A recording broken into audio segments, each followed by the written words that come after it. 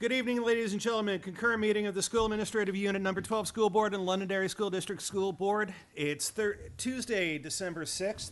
And would our library media team please lead the Pledge of Allegiance? I pledge allegiance to the flag of the United States of America and to the republic for which it stands, one nation, under God, indivisible, with liberty and justice for all. And just 1 second before you sit down. I hardly ever do this, but if we could have a moment of silence this evening on the eve of the 70th anniversary of Pearl Harbor Day, in recollection of all the American servicemen then, now, and ever on duty. Thank you very much. First item of business is questions, comments, announcements, and presentations. Just before you start, Rich, are there any members of the public who'd like to say something this evening? Come on up.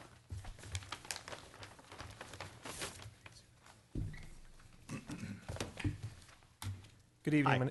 Hi. I'm John Robinson. How you doing? Jason Allen. Hi. Noise Road.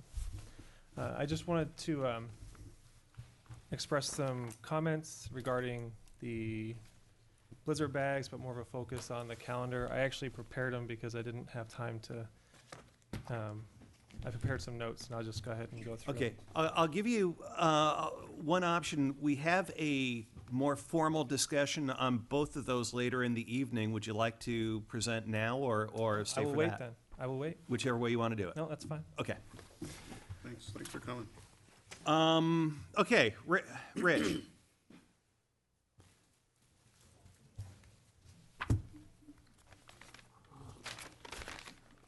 Want me to help?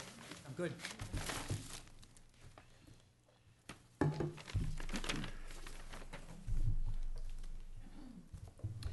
I didn't get enough FaceTime last night, so I'm back again, so. Thought up more stuff for the wish list, did you? Yeah. I just have a couple of announcements. First off, Steve, if you could help me out. The Adaptive Woodworking Art Program would like to present this chair to members of the Londonderry School Board. It is one of the many projects the students have made over the last 2.5 years at the middle school. The students began making the chairs in August. This project allowed the students to transfer many skills that were previously taught in other classes, Spin it around. such as math, computer, occupational, and speech therapy. The students used the internet to locate and select the fabric they wanted for their own chairs. Math skills included measuring, sorting, and creating the pattern of putting the wooden pieces of the chair together. Other skills that the program gives to our students opportunities to practice are social interactions, patience, cooperation, determination, and teamwork. Since the start of the program, all of the projects have been functional for these students. They bring them home, they use them as they choose. Some of the past projects have been picture frames, a lantern, a train, an IQ peg game, and a large wall watch. The Adaptive Woodworking Art Program gives the students a special way to shine. We'd like to thank the school board for your continued support of this program. Sincerely, the Basic Academic Skills students. So we wanted to present this to you this evening. You can either fight for it or you can leave it here at the district office or however you want to do that. But we just wanted to show our appreciation for the program. Thank you very much. That's a beautiful piece of work, John. Can I get 4 made? Yes, yes, you can actually. Nice, those really are. That's outstanding work. Thank you. Carol Merrill did a very nice job demonstrating that. She was good. I think the only error that I saw when I took a look, you referred to them as basic academic skilled students. I think probably advanced. I would say in this academic case, yes, skilled you're right. students. Yeah. The name of the program is the BAS program, and, Yeah. and certainly the things that they've done the last few years have been extraordinary. Yeah, I never would have thought of that, and I do it No. for a living. Yeah, Good great. work. Thanks to Denise Bernier, John Hill, and the rest of our staff for going above and beyond there. Thank you. It's amazing work. That's the kind of stuff I always wished I knew how to do. Yeah. Yeah, but you're the chair.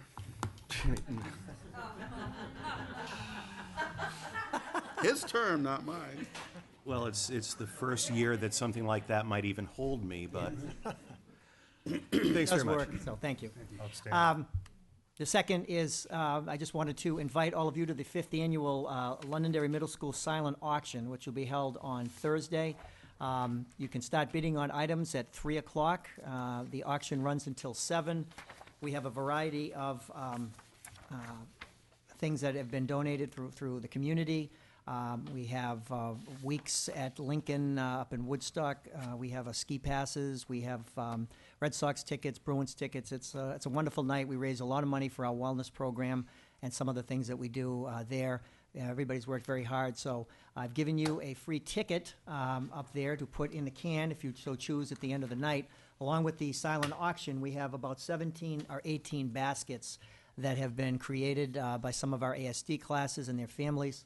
So lots of good stuff. This is just an example of a wellness basket that we're going to be raffling off that evening.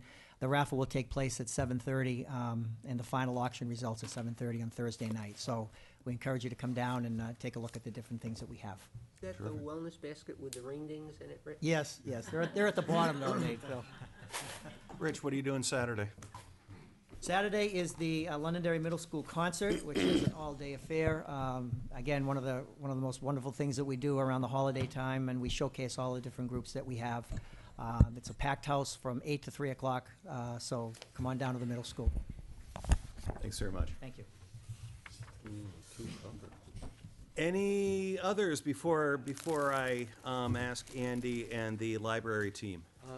John, if we could add one more item to Go the ahead. agenda, the unified basketball grant. Right. So if we could do that, that just surfaced the other day, and since we're not meeting again in regular board meeting, Okay. I thought it'd be a good idea if we could get it up and running. We have would you like to summarize this? Sure. Go ahead. We have at the high school an interactive PE class. That's a class where we have a number of our developmentally disabled kids interacting with our regular ed students. It provides a wonderful opportunity for our regular ed students to get an understanding of our developmentally disabled kids, work with them, give our kids an opportunity to be mentored, and have just a wonderful time. The NHIAA is now sponsoring what is called a unified basketball team, which would involve both regular ed students and some of our developmentally disabled students who will be playing on the same team. Will have an opportunity to play 6 games against other unified basketball teams, and they're even going to have a playoff. Last year, I had opportunity to attend a unified game that included our Special Olympics students and our high school students, along with Pinkerton students and their unified team. And it was just an absolutely wonderful experience for all the kids and for the parents. And the NHIAA is providing a $2,000 grant to allow us to run the program this fall. It's a wonderful opportunity, gives our kids another venue to represent the school and have just an absolutely fantastic time. So it's kind of like a variation on Special Olympics, but it's a combination team, and the kids have a great time. It's a wonderful experience for everybody, and I would strongly urge the board to accept the $2,000 grant so we could run the program. Make a motion to accept the $2,000 grant from the NHIAA to run the unified basketball program. Second. Okay, motion by Ron, second by anybody you'd like to pick. All in favor, please say aye. Aye. Any opposed? That's 4-0. Hey, just an idea, does Pinkerton have one of these teams? I'm not sure of all the schools that are going to have teams involved. We'll get the list, and there's going to be at least 6 teams. And then they'll play a 6-game schedule, as I understand it. Then there'll even be like a mini tournament. Yeah, So it'd be great to go. Reason I'm asking is, if I'm not mistaken, in January sometime, the Media College from Maine is coming down to do another one of their big-time basketball productions. And if this team could be involved in that as well, that might be a neat idea. okay. Jay, come on up. You never have to wait. Howard had actually talked about that because we Good. scheduled, that's a home and home game. I'm not sure if the girls tip off at 6 and boys at 8 or vice versa, so that he had talked about, I believe Pinkerton does have a team, and that would be the 4 o'clock feature as well. So it could be a triple header there that Friday night. Long as the video team knows about it, that would be great to Excellent. get together. We'll let them know. Thanks very much. All right, I guess, Mr. Corey. Tonight, we'd like to do a short video presentation from the Library Media Center in an effort to continue to bring forth the strategic plan in the multiple areas that we are addressing this year. The library media staff put this together to show the outstanding work that's going on, basically K to 12 in the district. So, here we go.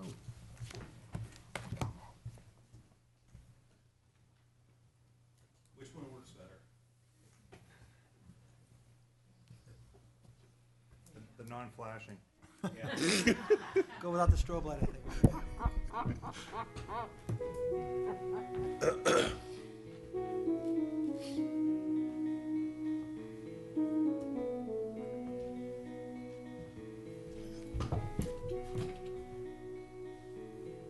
Studies have shown that students achieve greater success when they have a quality library media program in their school, equipped with adequate resources and staff. Our libraries are active hubs that are not confined by 4 walls and provide an extensive range of books, online resources, and technology. What does a library media specialist do to impact student learning? We serve as resource managers, instructors, and collaborators. We provide professional development activities and integrate resources and technology into teaching and learning. What does all this look like in the Londonderry schools?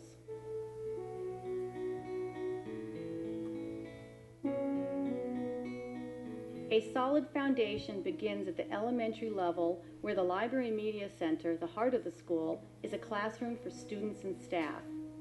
The library media specialists introduce and reinforce the essential information literacy skills that are needed for success at the middle and high school levels. As early as grade 1, students are taught how information is organized in different resources. By grade 3, students have learned how to use the online library catalog. Collaboration with teachers in the development of guided research projects begins in grade 4. Guided research is a process in which the library media specialists provide instruction and support for students as they learn the importance of selecting and using relevant resources.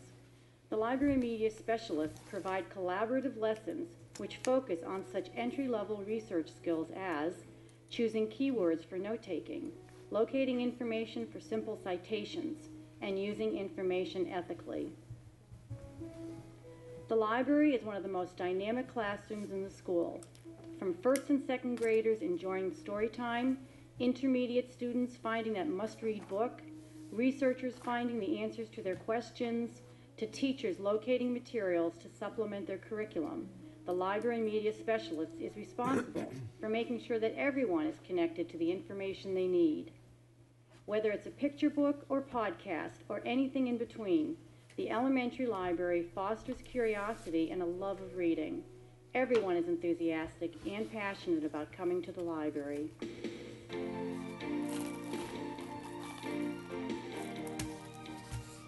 At Londonderry Middle School, we build upon the skills students have learned in elementary school and prepare them for the skills they will need in high school.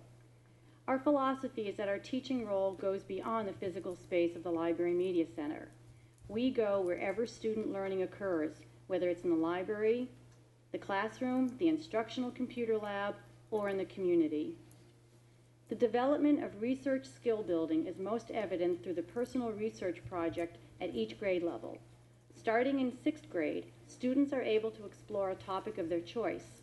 Working closely with the language arts teacher, the library media specialists teach summarizing and note-taking skills, developing good research questions, the importance of giving credit to others, and using digital and print resources. At the 7th grade level, students are taught how to work more independently in developing a research topic, and we work with them on creating relevant and focused questions. Students are taught how to evaluate web and digital resources to independently select ones that are appropriate and reliable.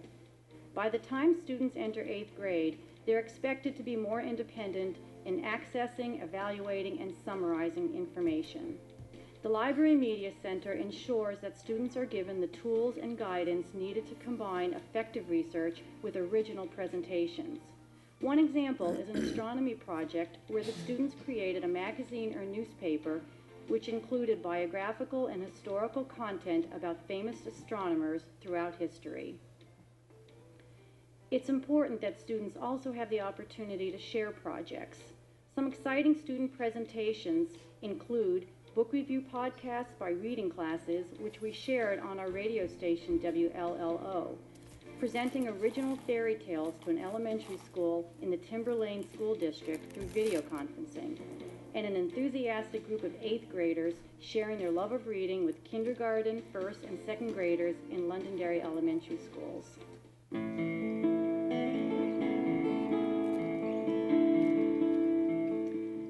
Freshmen enter Londonderry High School ready to face a more challenging curriculum and to apply their skills at a more advanced level. Students are introduced to information sources beyond simple web searches. Library media specialists help students develop more sophisticated strategies to navigate through a flood of mediocre information to find authoritative and relevant sources. We facilitate the use of Web 2.0 tools to gather, organize, collaborate, create, and share this information. Beginning with freshman orientation, library media specialists introduce Noodle Tools, a web-based research organization tool, as a collaborative workspace where teachers can comment on how students are progressing on the assignment and assess the quality of the resources the students are using. With this tool, I'm able to monitor progress and to provide feedback during the research process. I have also used the feature that allows students to create a collaborative bibliography, and this encourages students to expand their searches for useful materials, as well as providing them with a broad range of sources to explore. In a world history project, students are encouraged to use critical thinking to transform the information they gather to create a mini documentary about a developing country. Library media specialists work with the students to locate information, draft a script, record their narrative, locate and select photographic images, and incorporate it into a video. The library has spearheaded the use of Google Apps for Education through a pilot program with junior classes. From any computer, home or school, students need only the internet and any web browser to create and share documents, slide presentations, and websites. I really like Google Docs because it's easy to use, it's quick, it's a great way to share projects with group members, and it's just really helpful when you can't get in touch with everybody, like can't get them all in one place. It's just online, so it's easy for everybody to access. Introduced in English classes, it allows students to work together across different class periods. Its use has already expanded to AP government classes, where students are creating a virtual presidential campaign with online voting through Google Apps. To enable students to share their projects with a larger audience, the library media specialist collaborated with a humanities teacher to introduce students to VoiceThread, a web-based multimedia slideshow which allowed students to share their insight and participate in an ongoing conversation about All Quiet on the Western Front. Content covered only in the classroom is a closed environment. It's essential that students apply knowledge and share ideas with the bigger world in mind. Our Library Media Center staff has been invaluable in finding the means and methods to do that, such as VoiceThread. Through collaboration, we can encourage students to be more interactive with content and classmates, to take a larger role in their own success. In Londonderry schools, the library media program fosters the love of reading, develops literacy and research skills, assists with the integration of technology in teaching and learning, and delivers resources and tools that impact student learning. From grades K through 12, our students have the opportunity to develop the information, communication, and technology skills that will prepare them for college and the 21st century world. The information skills that I developed at LHS that I found most beneficial in college was how to use the subscription databases and find reliable sources on the internet. I visited the library many times for help with papers and research projects, and the librarians there gave me the skills to be successful in college. When I got to UNH as a freshman, I was one of the only students who felt comfortable using their subscription databases. Powerful libraries make powerful learners. The school library in the 21st century may look very different, but it will continue to play a very important role in student achievement.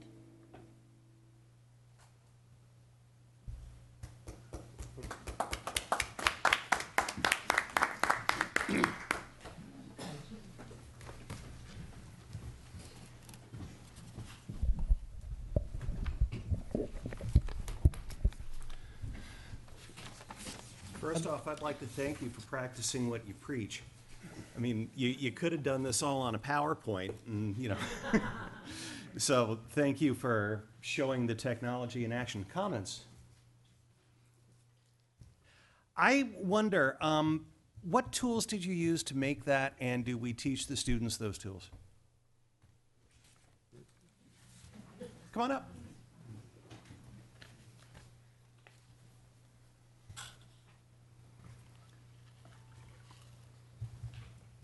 John Bouillot is the one who helped us. We gave him all the content, and he used Final Cut to pull it all together.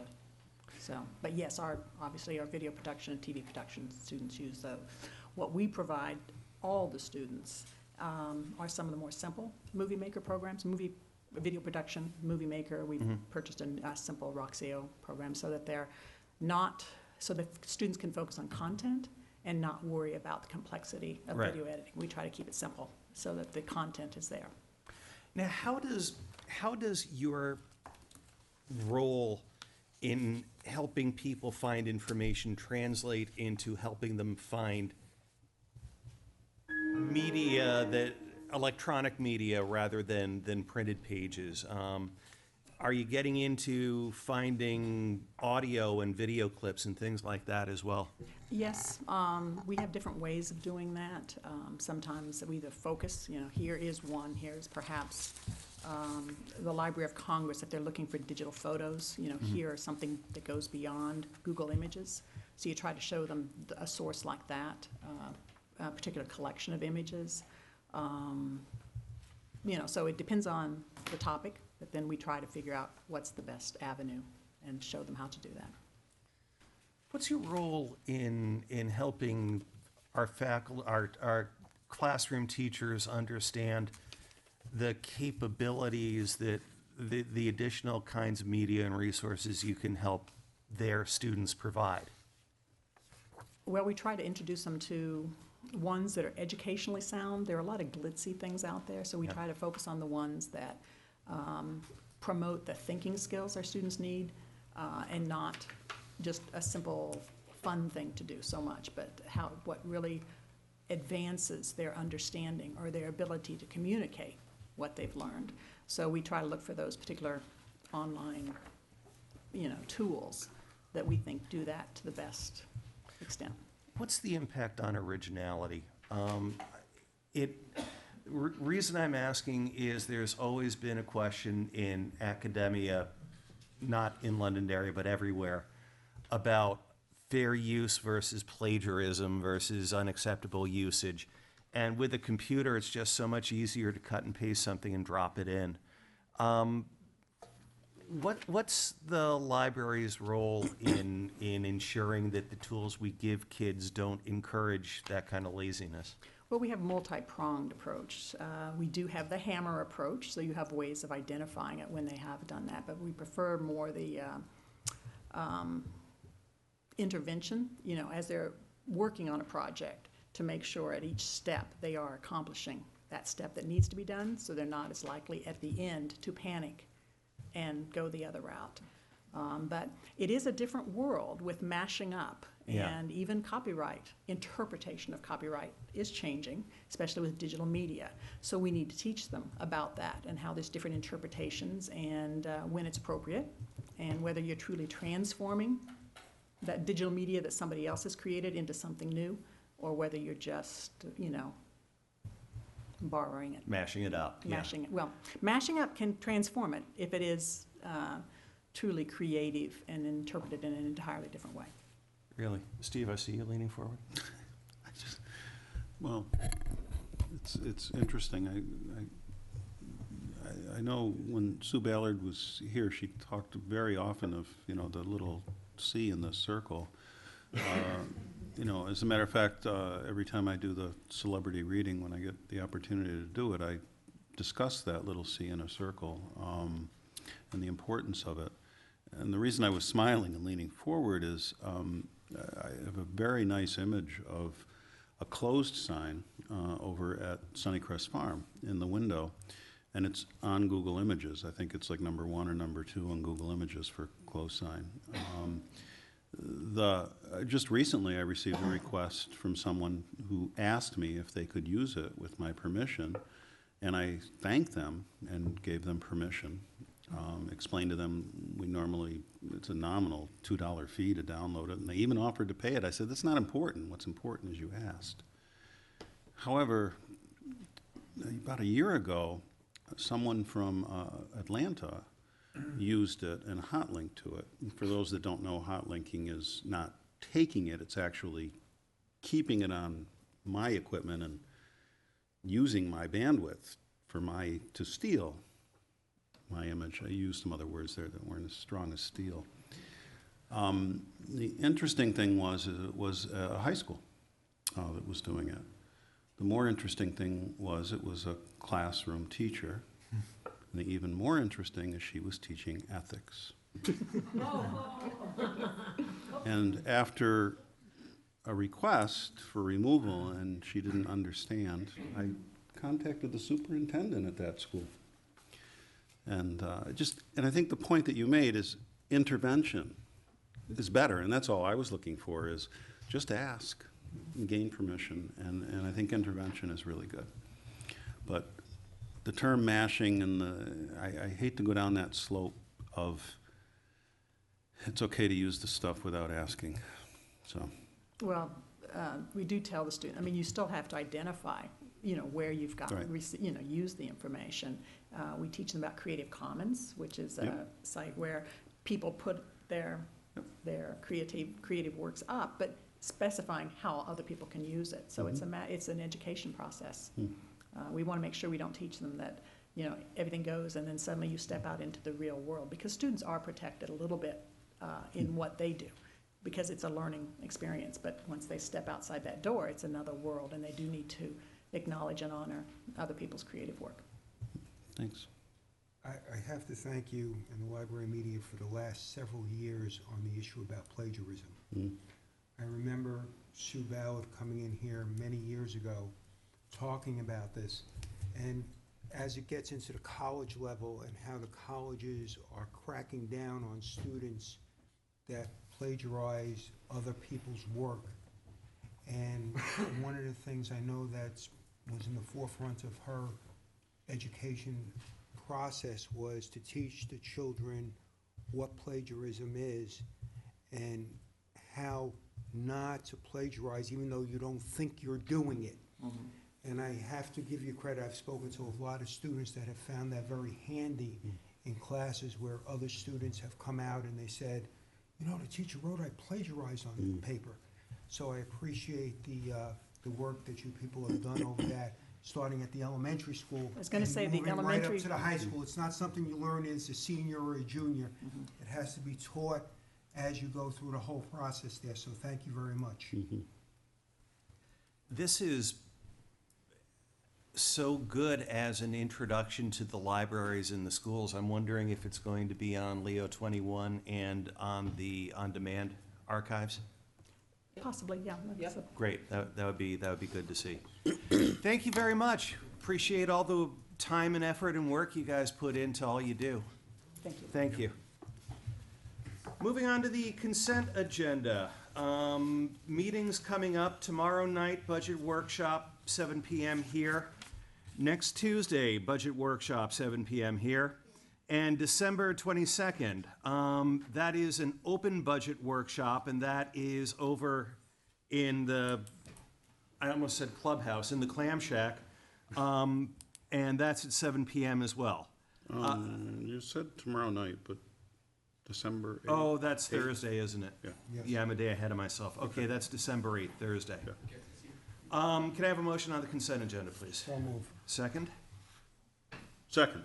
Motion by Ron, second by Steve. All in favor, please say aye. Aye. I'm sorry, Yeah, Nate. John, just for the public's information, we had only one budget area scheduled for Right. December 8th, which was special ed. I think we'll have time to insert IT in there too, so that'll make the following budget workshop on the 13th a little bit lighter. Good. Good with everybody? Okay, so all in favor of the consent agenda, please say aye. Aye. Any opposed? Okay, that's 4-0. Okay, 3-0. John is abstaining due to having not been here that day.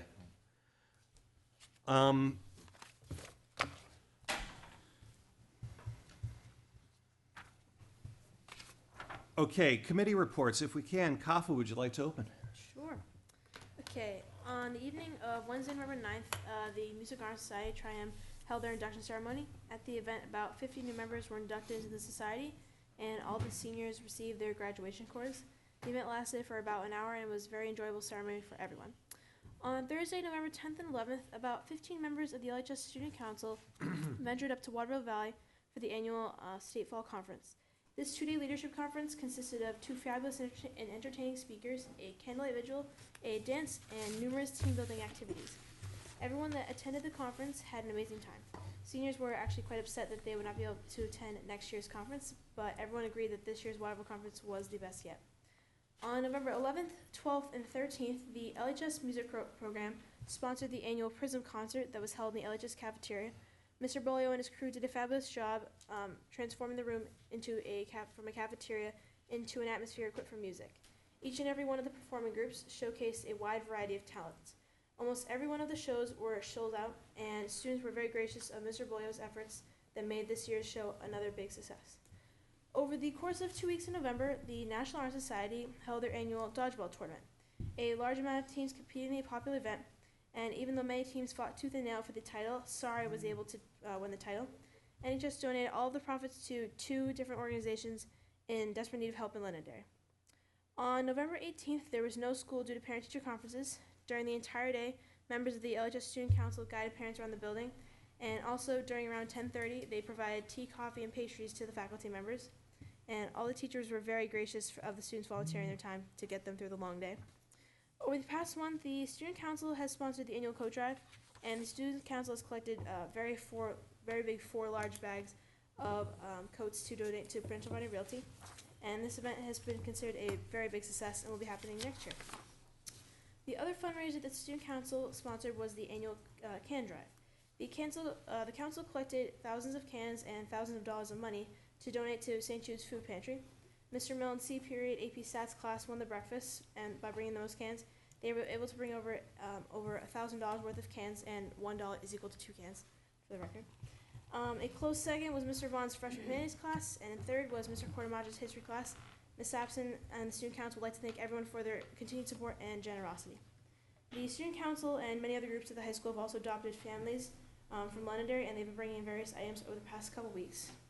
On Friday, December 9th, the National Honor Society will hold their annual senior supper. The event will start around mid-afternoon and will run till about 7 p.m. At the event, seniors from around town will have the opportunity to spend time with their friends and meet some others from NHS. They will also be served food and allowed to play games during the night, and it's also a holiday theme. On Monday, December 19th, each class will be participating in the annual hallway decorating event. And even though hallway decorating won't be held in the foyer, each class is very anxious to put their best foot forward in hopes to capture a win for their class, as well as bragging rights. And I'd just like to say a very big Merry Christmas, Happy Holidays, Happy New Year to everyone, because this is the last regular meeting until the New Year, so. Yeah. Thank you, Kafa. You too. Steve. Good evening. This is from Kate Denby at the middle school. She's organizing a field trip to the Boston Bruins on January 5th, 2012. The tickets are free through Dunkin' Donuts Kids Zone. They'll be taking students that have shown improvement in behavior, attendance, and grades from the LMS PFS program and the LHS Trans program. From Val Soinos at the high school, the Drama Club will be hosting Gingerbread Night on Tuesday, December 13th from 6 to 8 in the CAF. Cost is $25 a family or a group of 4 and $5 per extra house per family. From Erin Chinney at, if I'm not saying it right, from Matthew Thornton, the Wellness Committee will be hosting an electronics recycling fundraiser at the school on Saturday, January 7th, 2012. We are working with a local company called Recycle USA to collect and responsibly recycle unwanted electronics. A small fee will be collected for each item. Please help us get the word out. From Tony C. at North School, the annual 5th grade business fair is being held on December 20th. Kate Sullivan from the high school says the Pay It Forward group is now collecting toys for tots at the high school. Donation center is in Miss Sullivan's office. From Gino Tiello at the middle school, the Cyclones raised $350 for Children's Hospital doing a penny collection during ASDs.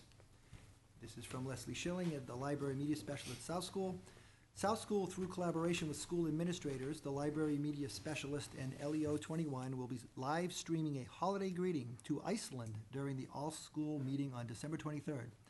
4 years ago, South School hosted their first Icelandic teacher team, and last year they had 2 visits from groups of Icelandic educators to witness the now district-wide PBIS program in action. A goal has been to bridge the 5-hour time difference so that students are able to communicate globally in real time. This is a first step toward that goal. And last but not least, from Jay Parent at the high school, at the end of first quarter, over 1,100 students made the honor roll. That represents 65% of the entire school. Congratulations to Kafa Cody, who is the BU Trustee Scholarship nominee from LHS. And I think we should give her a little applause. Who was that? 3 students. The blushing. 3 student athletes signed national letters of intent to play for their universities on scholarship. Jenny Thompson will play lacrosse at BU. Lindsay Baldock will play softball at SNHU. And Leah Walter will be playing lacrosse at Quinnipiac. 7 students were selected to perform in the New Hampshire All-State Festival at the Capitol Center for the Arts. Congratulations to Rosalie Koo and Catherine Zhang on violin, Stephanie Conti and Rachel Hansen as alto voice, Erin Conti, soprano voice, Anthony Gonder, clarinet, and DJ Jealous, trumpet. Great. Thanks very much. John? Nothing for me on the liaison. Ron? I attended the IT meeting on Monday evening, and it was a recap of what the presentation that we had before, so I'll leave it at that. That's where we were. Steve? Since I was able to last report, I had 2 meetings of the Fire Dispatch Committee. The first one was a tour of the police station to take a look at that facility and see how that would work. And the second meeting was the one I was late for our meeting here, the last regular meeting we had, and that was at the Derry Fire Station, looking at the facilities that they had there, and the school board representative to the Fire Dispatch Committee, and the committee is continuing to work to give as quick an answer as it can to our recommendation for what the town council should do regarding dispatch. Any preliminary indication of where that's going? No, Okay. not at all. Just 2 things I'd like to add. First, the need that Kafa mentioned for donations for Toys for Tots is apparently very extreme this year. There was a story in the newspaper and an email from the high school administration today talking about how donations in the state are somewhere around 10% of the level actually needed to meet the basic goals of what they try to provide, and time is beginning to run short. So if there's any way that people within the sound of our voices can make a contribution to that, there are a lot of people who would appreciate it this holiday season. The other thing is Dollar Days for Warm Homes is beginning or has begun. I'm not quite sure which, but that Warm Homes, as most of us know, is the local program that collects money for emergency heating assistance for local residents. That is a drive that is run through the schools on a dollar day kind of thing. We basically ask students to bring in $1 or whatever they can afford to make a contribution. And when you think about the math, if half of our students bring in $1, that's $2,000. That's a significant number of families that can be served with, I'm sorry, what is it, $100 worth of fuel assistance on an emergency basis? 100 gallons worth. So, you know, with the prices going up, and fortunately we've had mild weather, but we all know in New Hampshire that's not going to last very long. So I just wanted to raise awareness of those 2 things. Thanks very much. Nate, if you don't mind, I'd like to slide deliberations to give Nancy Hendricks, our fifth member, a chance to make it. She was running a little late today, so if we can jump right into superintendent's report. Sure, be delighted. Items 7.1, 7.2, and 7.3 to some degree are connected. The item 7.1, we want to talk about a calendar survey. On 7.2, Andy is going to give you a blizzard bag update, and then 7.3, we want to talk about a snow day makeup day. What I also passed out to you today, just as some additional background information, a couple of weeks ago when we did the library media budget presentation, Lynn Jackson was in the audience, and Lynn's husband is a meteorologist. So I asked her if she could impose upon her husband to see if he could get me some trend data on snow in Londonderry over the past 10 years. And he was kind enough, he compiled 40 years worth of data for us. And just to... Yeah. So basically what Artie said was this. He's compiled data showing the mean and max snowfall for each month. It's for Manchester because they didn't have specifically Londonderry, but it's close enough. There really isn't a reliable data archive for Londonderry. Below that is the maximum amount of snow for each day of each month in monthly tables. This data is from an archive of about 60 years. I think these data provide some useful information. The monthly values are, as you would expect, an average of 10 to 15 inches of snow from December to March. The December tables show a tendency for big storms toward the beginning of December, December 7th and 8th. In fact, we're anticipating snow this Thursday, Wednesday night and Thursday. And the end of December, 23 to 29, White Christmas, there you go. January tends to have bigger storms at the beginning of the month, the 1st through the 9th, and toward the third week, the 19th, 21st, and 23rd through the 25th, with smaller storms the last week. And February has bigger storms scattered through the month. And as you can imagine, the occurrence of a big snowstorm on a particular day or during a particular week in a particular month can vary greatly from year to year. So it would be difficult to use this data to plan for week vacations a year in advance. But I thought the information was very interesting, if nothing else, educational. And Artie actually took each month, every day, and basically compiled the data so that you can look at it. And so just for example, on average, November 21st, the maximum snowstorm you had was 8 inches of snow. I mean, so it's really kind of interesting if you look at the patterns. So just as additional background information for people to have, this is the snow pattern for our area, and I thought it was pretty cool. Great. Anyway, so just thought I'd pass it along. I want to thank Artie Jackson and Lynn for asking. Anyhow, some background on this. As the board is aware, there's been discussion in Manchester regarding changing their calendar and eliminating the February and April break and going for one in March. They are now still debating that. They were supposed to have additional discussion yesterday. I haven't heard any back. But they were also getting some pushback from local ski areas and some other areas as to whether or not, yes? I'm sorry to interrupt. There was a story on WMUR's website today that said that they had decided to maintain the current calendar with a few exceptions. They apparently had a concession from their faculty that allows them to start on the 29th of August. Okay. And looking at an end date somewhere around June 12th or something. Okay. That might not be the latest, Yeah. but that's what If I saw there. that then becomes similar to ours, because Yeah. we start before Labor Day. It had, the concession they had to get from their teachers was in their contract, they could not start before Labor Day, right? So even with going to a one vacation second semester, March, they would have only gotten out a day or two earlier than us on our traditional calendar because we start. One of the key considerations as we look at the calendar, because we send somewhere in the neighborhood of 120 to 125 vocational students, is trying to match up our breaks with the two vocational centers, the two communities that we share vocational students with. Manchester being one, where we have somewhere in the neighborhood of 95 students attending, and Alvern about 20. So in a given year, 120, 125.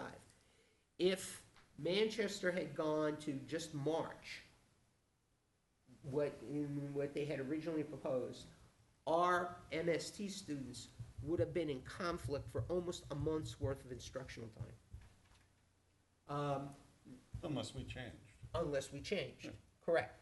Then if we changed and Hudson didn't change, then the kids that went to Alvern would have some difficulty. So we're kind of caught in the middle. The other issue that Manchester may be experiencing is they have students coming from sending communities.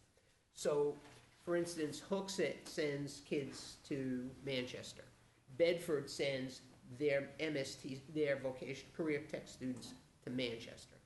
What would have been a bigger problem for Hooksett would have been if if the high school schedule calendar was different than the elementary calendar, then they run into all sorts of transportation issues and family issues too. I mean, you've got the elementary and middle school kids off in February and April, high school kids off in March. It creates a major issue. So, what we would like to suggest to the board is, what we think we should do is put together a survey to solicit feedback from the community and also from faculty regarding this. What I think would also be beneficial as we look down the road would be to see if in fact we could engage in discussion with some of the surrounding communities, because we are inextricably linked. There's no doubt about it. We are linked. To take a look at the calendars and see if in fact there's advantage one way or the other. If we were to go one way and the other districts would go another, at least we're making a decision knowing what in fact the impacts would or wouldn't be, and whether or not there would be other options for us to explore as far as some of our career tech students. All right? And in fact, we are looking at some other options presently.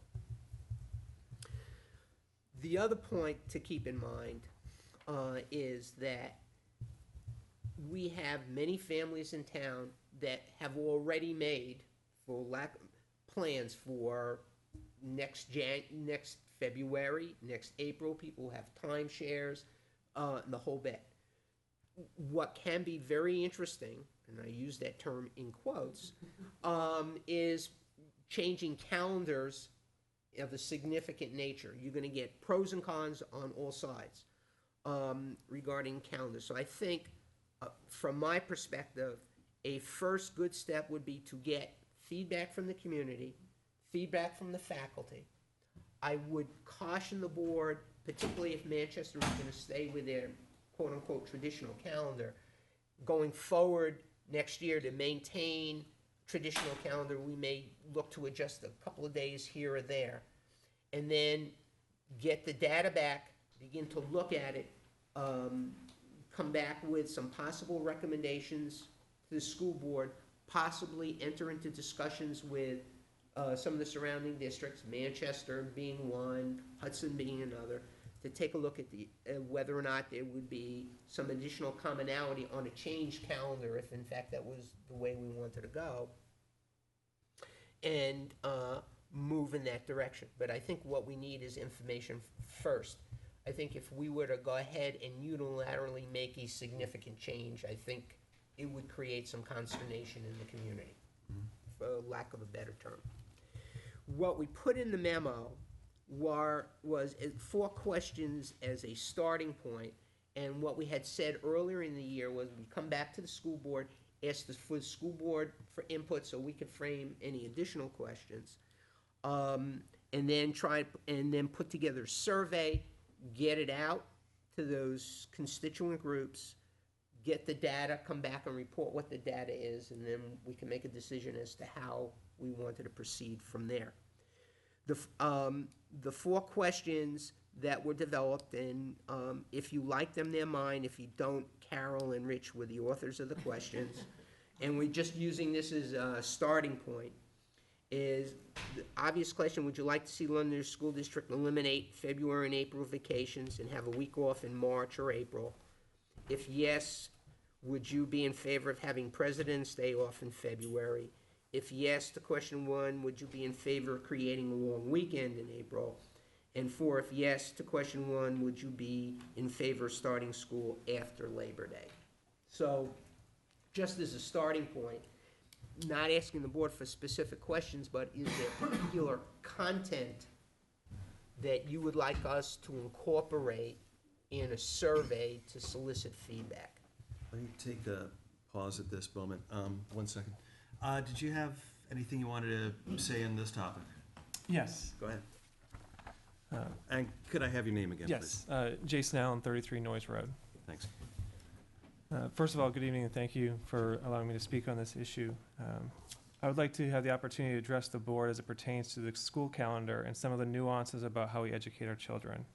First, I want the board to understand I was a Londonderry High graduate, and when I left Londonderry and joined the Air Force, over time I understood that I received, because of the diligence of the taxpayers of this town, through the school board, an education that prepared me to enter life. It was not necessarily due to the actual education I received, but the whole package of experience. I was a multi-sport athlete as well. I learned about responsibility, leadership, and civic involvement. I worked at Market Basket like so many others and was given additional opportunities to achieve, learn, and lead there as well. Since then, I have traveled around the world, and 16 years later, I can say my town did its job preparing me to be a lifelong learner and citizen. On a side note, after living in Londonderry for a mere 5 years and graduating 2 children from LHS, my parents skipped town for tax purposes. I moved back a year and a half ago from Colorado, and rather than live closer to my work in Bedford, Mass., I knew this is where I wanted to raise my children. We live in a tech-savvy, highly educated part of the country. We have agribusiness and an abundance of higher education opportunities. We have mountains to the north and ocean to the east. We are embedded in the cradle of our country and just minutes from where our forefathers shed blood for liberty. Londonderry's educational offerings are not limited to the walls of our schools or under the complete autonomy of this school district, but it is what Londonderry is. In 2005, New Hampshire government recognized that people like Anne McLean, Sue Johnson, Tom Sawyer, John Vaughn, Al Halpern, Larry Martin, Ava Koch, it's amazing how many are still here, and so many other LHS mentors, teachers, and leaders from my past are indeed professionals. That it is not just the face time with a student that has impacts on the education of a child, but what they get by interacting and gaining skills and competencies. What I'm referring to is the elimination of the Carnegie Unit, or credit based on seat time requirements in New Hampshire schools, and the institution of a competency-based system. I believe that we are just at the beginning of this paradigm shift, which is not so much revolutionary as it is self-evident in our society. We move on and move up not by what blocks are checked, but what we actually can and will do. This is a great conversation to have, but I want to focus my comments as they might get lengthy if I delve into this topic any further. I could be here for days. Come back It anytime. would be worth it. The reason I state we are just at the beginning is that we are still hampered with constricting regulations that have nothing to do with the education of a child. 180 school year, when worked in concert with a competency-based system, is nonsensical. Since, as far as I know, that is not something that we as a community can change, another topic I could get onto, I believe we need to reallocate the time in the classroom to make it the most effective time possible. To that end, I would like the school board and our community as a whole consider the elimination of one of the spring breaks and combine them as we see fit.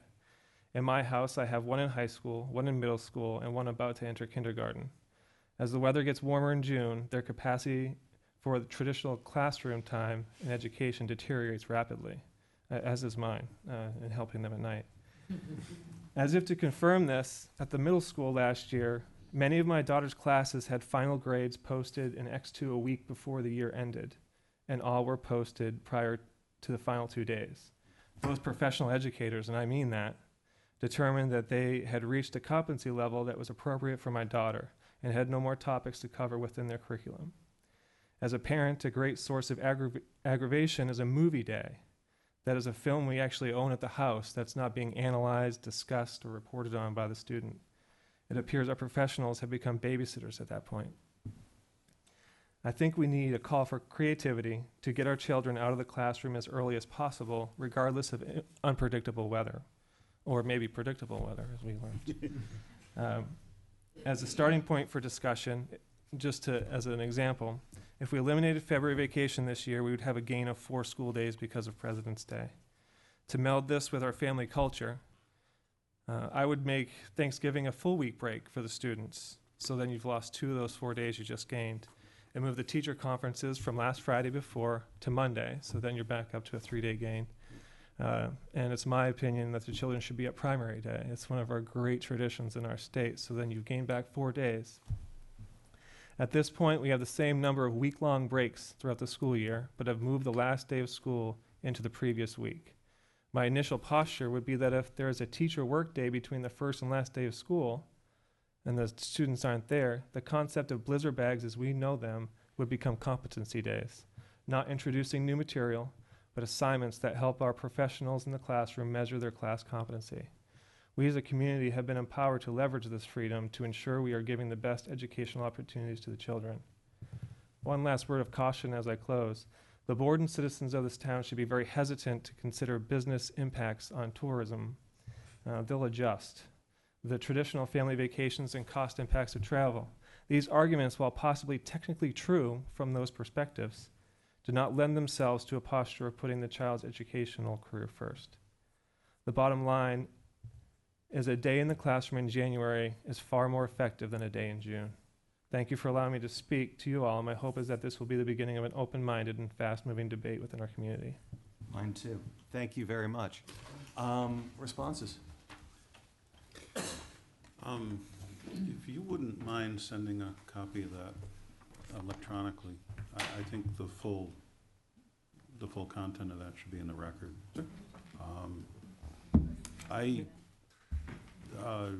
Your statements have been something I've been saying for years here on the board. It's pretty amazing that it's just amazing that it's recognized. What's important is not the number of vacations we get, but the amount of time that the students are in the schools getting a good education. I know I've been one to, when I speak to the classes at the high school, talk about Saturday school, and it doesn't go over real big. But the intent is just to be competitive in the global world, and we're just the fact that you were able to state clearly without sitting here for 8 years that the intent of the district is to have and to teach and to obtain lifelong learners. I mean, that is the point. You are going to school to learn how to learn, and we want to be doing that. So thanks for coming forward. We don't get many visitors. And we never got a visitor that was as clear as you were. So thank you. No, I think this is an interesting subject. I remember approaching it about 16 or 17 years ago, and there was no real support in the community for it. And I think that survey is a good way of seeing which way we can go on it and see if the community's reflection on this has changed anymore. So I think it'll be a good idea to do the survey, and I appreciate you coming, and I thought you were very eloquent in your discussion on the issue. Thank you. Yeah, I too think you did a very good job at articulating, how to look at this issue. If I look back to growing up myself, it seems that days off have kind of crept into our calendar and extended the school year. I think the day before Thanksgiving is a great example of where an extra day has just magically crept in where it was never there. I also look at it from the standpoint of in New Hampshire, from the economic perspective, and I may be right or wrong, but it's kind of a myth wrapped in some type of reality, but New Hampshire and Massachusetts were always off in the winter so that the tourism would work and you could have your kids work or something like that. There was something with the ski areas and the tourism. But I too agree with you that, you know, having, for lack of a better word, being lobbied by business to deal with how we're gonna deal with our days so that they could actually make money from us is something that we should be ashamed of, to be quite honest with you. And then secondly, with tourism, and you look at where these days are as far as condos and going to Disney and taking vacations, ski houses and all that, quite honestly, growing up again, those things have kind of crept in as well. You know, the kids are off, so we have to do something with them. I have to take some days off. I have to do this, and let's do this, and let's do that. And obviously, you know, economically, people have gotten better off. So I think you're right on with those types of things. And we need to come back and take a look at what's really important, which is the education. And you coming back here and saying that this is a great place and still a great place to be educated is compliments to the district. And I agree with Ron. I think we need to put it out there, and we need to really be creative with how we want to word things. Like I was going to mention before you came up, the Thanksgiving thing. So again, I appreciate you coming up, and I think it is something that we need to take a hard look at. Somewhere over the scope of American development, I guess, we established a school calendar that was based on what I've been told is an agrarian model, making sure that the kids are home to tend the fields over the summers, over the growing seasons. But as you said, and as we've been echoing, that's changed. And the model, in my opinion, of 180 days of school being the maximum is outdated too. I don't think we should be looking at school as days. I think we should be looking at it, as you said, as competencies, as subjects. And instead of working to a state set minimum as though it's a goal, we should be establishing our own goals and looking at what we as a community need to do to meet them. Whether that's more days, whether that's more hours in a day, however we can make it work, more learning opportunities that might not require a student to be in a classroom but working productively on their own, are all a number of ideas that I know this board would like to address. You look really pained at the moment. No, you have two controlling factors here. Yeah. Right? One is competencies and the other is time. Yeah. The question is how you merge the two and how you utilize the two. Yes. Right? So, let me give you an example. Under the present restrictions, we have in fact extended the school day with our after-school programs, the support programs after school at the elementary level, middle school level, the flex program, the adult day program, and to some degree we've also extended the school year through the use of summer school and so on. And we have put in place competencies, which, for instance, a student cannot get credit for a course at the high school unless they pass all the competencies. We had that discussion last spring, and we've had it in place. Going back to some previous discussions that we've had, I think what you're looking at is you're begging a larger question. The issue is not calendar.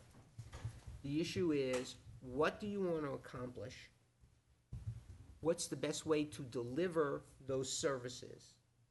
And how then do you configure it, both on a time and an instructional strategy and a content methodology? The only area that I would possibly differ with what you're saying is, while I agree that we've extended the school day to have adult ed and after school or afternoon additional opportunities and things like that, we haven't really extended our definition of what the minimum criteria is. We haven't looked at whether there is more that needs to be taught and more that needs to be learned. We consider it acceptable that a school year runs 180 days of classroom time. I think the fundamental question is whether, or a fundamental question is whether that's enough, and whether the additional stuff that we have should be optional or part of the minimum expectation. Here's where I would disagree with you. Time is not the driver. The curriculum is the driver. Yes. And time is what you need to deliver what you've decided you want to teach. Yes. There's a different way of looking at it. So, But either one can be used as the limiting factor. If we say that there's more that we want to teach, the answer can easily come back that there's not time to do it. well, that's correct. But what I'm saying is you don't start with time as the premise. Agree. What you start with is the curriculum.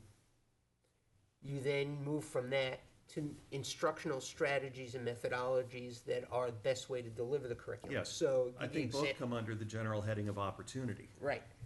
And for instance, quote unquote, school time does not have to be a factor if in fact you have a blended curriculum, blended instructional strategy, or you're doing distance learning, okay, or Agreed. virtual learning. Agree. All right? So in looking at the big question, I don't think you start with time. You start with what is in fact the content and the learning skills you want to teach. What then is the best way to deliver them? And then that dictates to you what you need in the way of time, which may vary. And let me give you an example, if you want to go really think creatively. If I have a high school student, okay, that is able to master the competencies in biology and physics within the span of 1 year, because they're able to do that, they should be able to move right through that curriculum. So it's not like you're taking a year of biology and a year of physics. So the pacing of it then falls back to the individual student. That requires then a different organizational structure to be put in place. So what I'm saying is, as we look at this, what you don't want to do is artificially limit yourself. It's content and learning skills, which are tied together, the instructional strategies that go with it, the organizational structure then that will support that, and off of the organizational structure comes the amount of time that you may need to put in place to do that. I agree. Right? So time is an enabler, not an end result. Right. I think that's really the Right. direction in which you have to go. Then off of that, just because I think, we started a very interesting conversation here. Off of that then becomes, what are the policies and procedures that have to be put in place to enable what you've decided is the appropriate curriculum and strategies and organizational structure to take place, right? Because you, in fact, would have to change some significant policies depending on what instructional strategies or organizational system you want to put in place. Then off of that, when you look at that, then part of goes hand in hand is what capacity building must you do? In other words, what kind of training do you have to do for staff on an ongoing basis? What is the infrastructure that you need, whether it's technology or whatever the case may be? I'm just picking that because it's real simple. So what you lay out is a comprehensive program. Then that will then result in what in fact you would need for time, or how you want to play with time. So what I guess I'm saying is, we're, at this point anyways, because of the immediacy of it, looking at a calendar, if you will, because of how we're tied into other communities. But for a long-term view, I think what we have to do is take a step back and follow in that pathway of, all right, and Andy has done, and our faculty have done a great job in reviewing and updating our curriculum programs. What you just saw here with the library is, I think, a key component of it. What is the content? What are the learning skills that you want? Because you're really talking about learning to learn skills as well as content that have to be combined. What are the instructional strategies that go along with it? What is the organizational structure that goes along with it? And along with that is what is your staffing that goes along with it? What do you need in the way of resources or capacity building to go along with it? What do you need in the way of policies and programs and policies and procedures to feed into that? What do you need in the way of resources? Then that dictates what your time is, right? Because conceivably, if I had my druthers, I would have a non-graded elementary system. I would. When we think about it, we have, from time immemorial, arbitrarily said, if you are 6 years old, you're in first grade, right? If you're going to a competency-based system, I may be 6, and I may have reading skills that would be, quote-unquote, just to use a measurement that we all understand, that are comparable to a third grader. Should I perhaps not be with a group of other students that are reading at third grade level? Not necessarily in that same class. But at the same time, because I'm kind of not all that well developed, my math skills are at first grade level. Right? So what you wind up doing is, in a competency-based system or a non-graded system, and you can break them up into larger segments like K to 2 or K to 3, however you want to do it, so that you can actually manage it, is allow me to flow with my skills and also support those other areas, but not necessarily say, well, I'm 5 years old, I go to kindergarten. 6 years old, I go to first grade.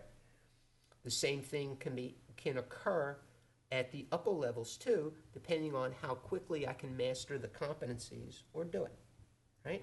Because you've got, if you using a variety of other methodologies and you're not, as Jason had mentioned, not just focusing in on the Carnegie unit, but on what the competencies are.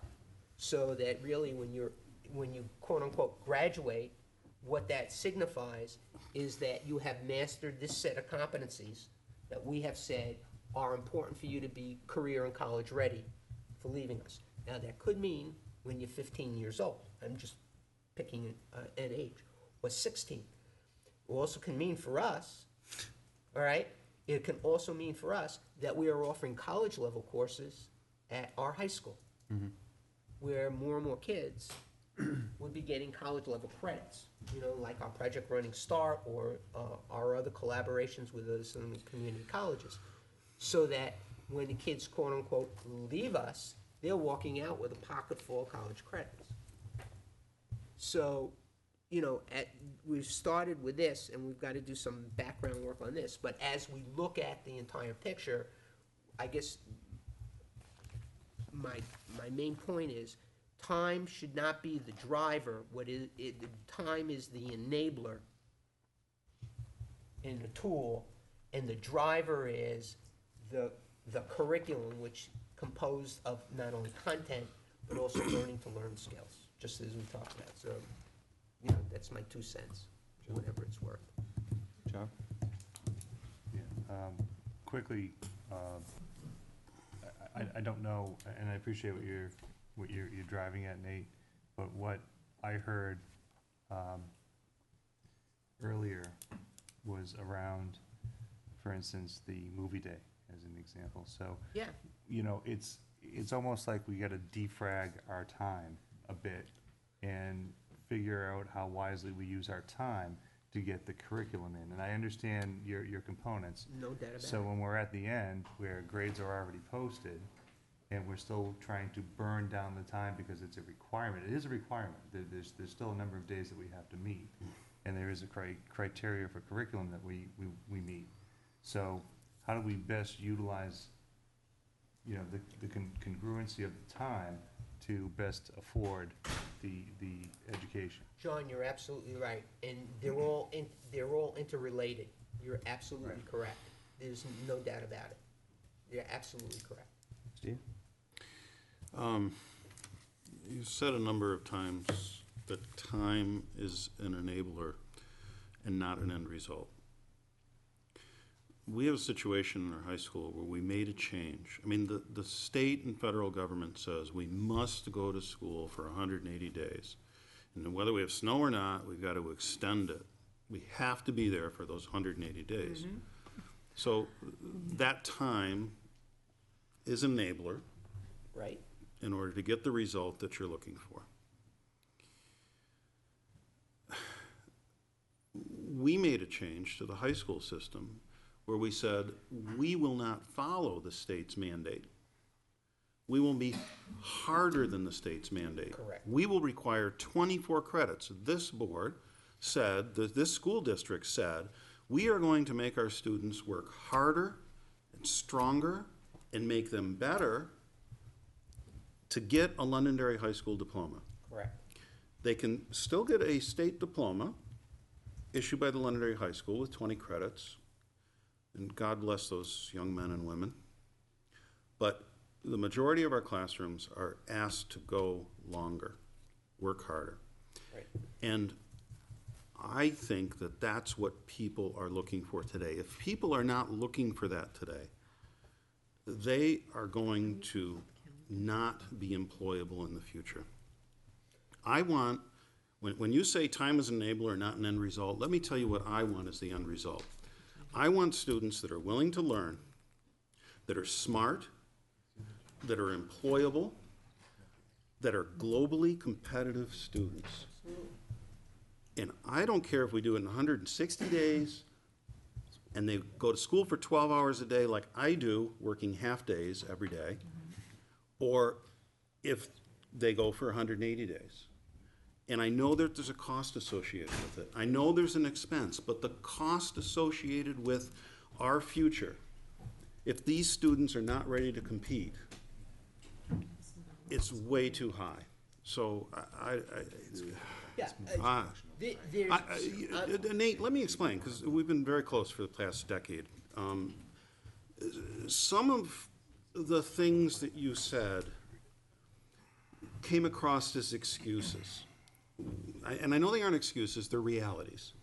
But they feel like excuses because, well, we have to see if we can afford that. Well, we have to see if we can get the people to support that. We have to see if we can get the curriculum to do that. And I know they're realities, not excuses, but they feel like they're challenges. Let's call them challenges. Yeah, it's not an excuse. What it is knowing what is on the ground and how you have to react to it. I know, but I'm telling you, as a business owner, I know what is on the ground a decade or two from now.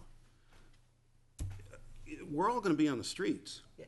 Steve, I'm certainly not. And we're going to be working for somebody in another country. I'm not arguing that point. What we were able to do with the 24 credits was we had kids that were going 180 days, and they didn't have to take 6 courses a semester. So we maximized the utilization of that time. That's what happened with the 24 credit diploma. And the only way you can get a Londonderry High School diploma is by having 24 credits, right? So what I'm saying is that when we look to move down the road, that when you design what you have, what you've got to change is present policies and procedures or perceptions to address those areas. I'm just saying those are things that have to take place if you're going to look at a systemic change. Because what I'm saying is, I guess the point I'm trying to make is, you can't just say we're going to change the calendar and think that that's automatically going to change everything. Right. All right? Or you can't just say, well, we're going to add, it was a good discussion last night, but if I had 45 minutes, that's fine. And I'm in favor of extending it. But the question then becomes, what do you do with that 45 minutes? All right?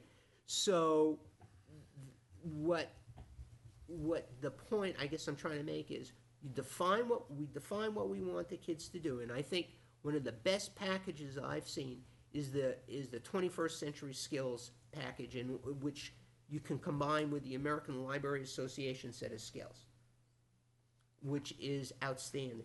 You design your program around that. You design your program around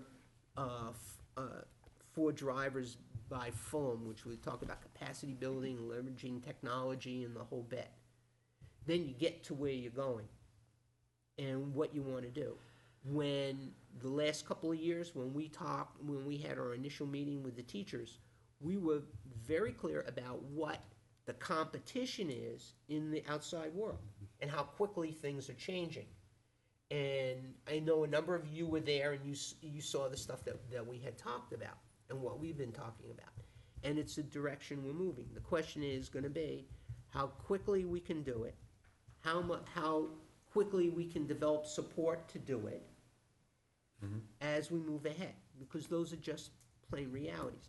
If I had my way, I could come up with a redesign of the school system within a month, but it might not necessarily be bought by everybody. And as we all know, you got to pick up on it.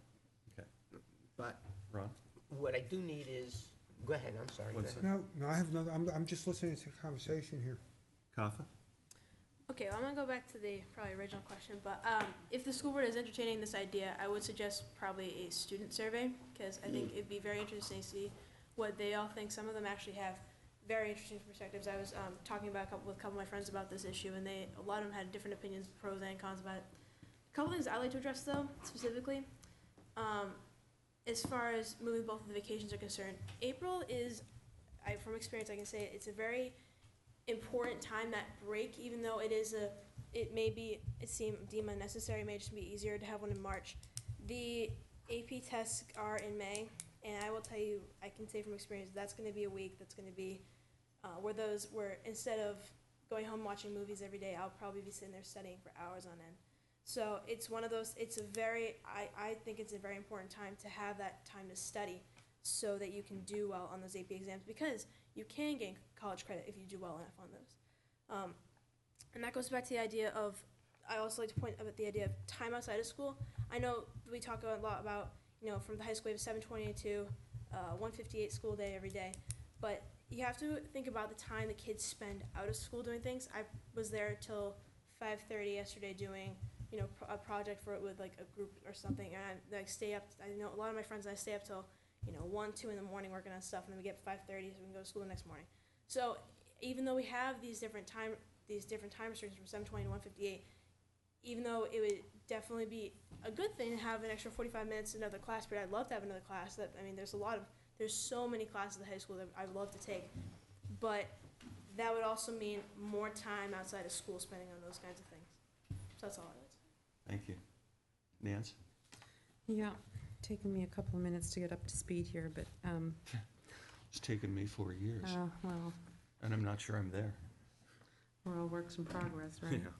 So Nate, you just asked the question, what do we want the kids to do with extra time? What do we want to do with the time? Well, here's my thing. Our teachers and our administrators can certainly speak in terms of our exact hours that we lose every year to the NEASC testing, the NECAP testing, the Iowa testing, music assemblies, science assemblies, a variety of other assemblies, trips elsewhere off the property. And I'm not saying that I don't want my kid to do that, because I do. And I understand and I recognize the importance of testing. We could probably talk for years on end about which testing we should keep and which should go. But when you look at the time that's lost in the classroom to these items, and these are just a few of them, what's happening is one is in exchange for the other. You can't make up a week of testing from Iowa or class instruction. You can't make up time lost when children go to museums or when they go to assemblies. And they should have all of that. But my point is, I don't believe that they should have it in exchange for something else. That's my perspective. And that's what we're doing now. So when you say, what could we do with time? I think these things make the argument exactly what we could do with the time. We could, have more classroom instruction. Could we not? He said it. Movie day shouldn't count. Sir, would you Well, have anything else I'm you'd like to sorry, I wasn't here for that. say? Oh, I could I don't have all night. I I can talk all night. So. I'd like to ask at this point how we as a board move forward on this. We've among individual, dyads, we've been talking about the possibility of a group, a task force or committee to look into. Ron's been here the longest. Isn't this an awful lot like the conversation that occurred at the 20 credit? And when it was like, should we go to the 24? No, the 20 to 24 credit was a lot different. What we started that conversation with, and I was on the committee, is what do we want a graduate student in Londonderry to look at? Start at the end of means, and we said, this is what we think the student should have. And over the years, you develop from 12th grade down to kindergarten, saying in order to get the student to be at this level, you have to start here and build your way up to it. That's what we did. That's how we did it. I'm listening to the conversation here, okay? And there's one perception that we have to change here, and it's the parents' perception. We could say we want 200 days or however you make it there. Parents have a perception what the school year is. That's what we run into. And I'll take it out of the school and go to the baseball fields, okay? The last day of school, there's no more school. If I want to get 2 championship team or games on that following week, I don't have enough kids in Londonderry. They're gone. Yeah. So we have to change the perception or change the delivery of instruction when we start talking about going beyond the normal category. So that's the idea that you looked at, and we've brought it up a couple of times when we say, okay, we want to do additional education, but maybe there's a period of time or a mini class that is not taught in the classroom, but we use technology, and that's what I thought we were going to do with our TV station, to have classes where we have teachers that you teach a class and you have an interaction, and it's not in the classroom, but it can be at home for a period of time. Use the technology that we have to increase the educational learning of a student, so it's not in a hot classroom, but we can do it differently. And that's what we have to do. I don't think we're going to get to the point that you want to be, say that we're going to go from middle of August to the middle of July and take a few weeks off. I just don't think that's happening.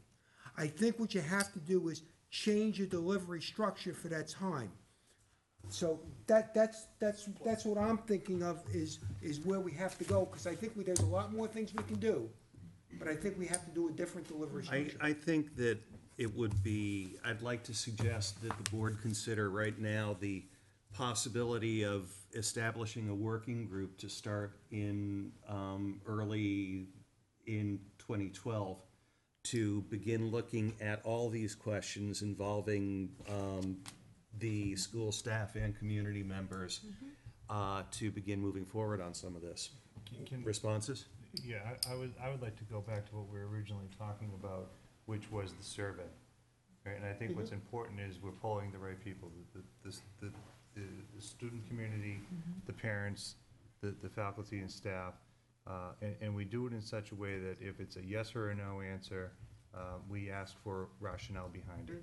Because I think that's important. We get a lot of data, do you want to extend the school year? It's either yes or no. I think if we put the gray stuff behind it, why? Well, because I have vacation, or I just don't want it, or I don't find it important.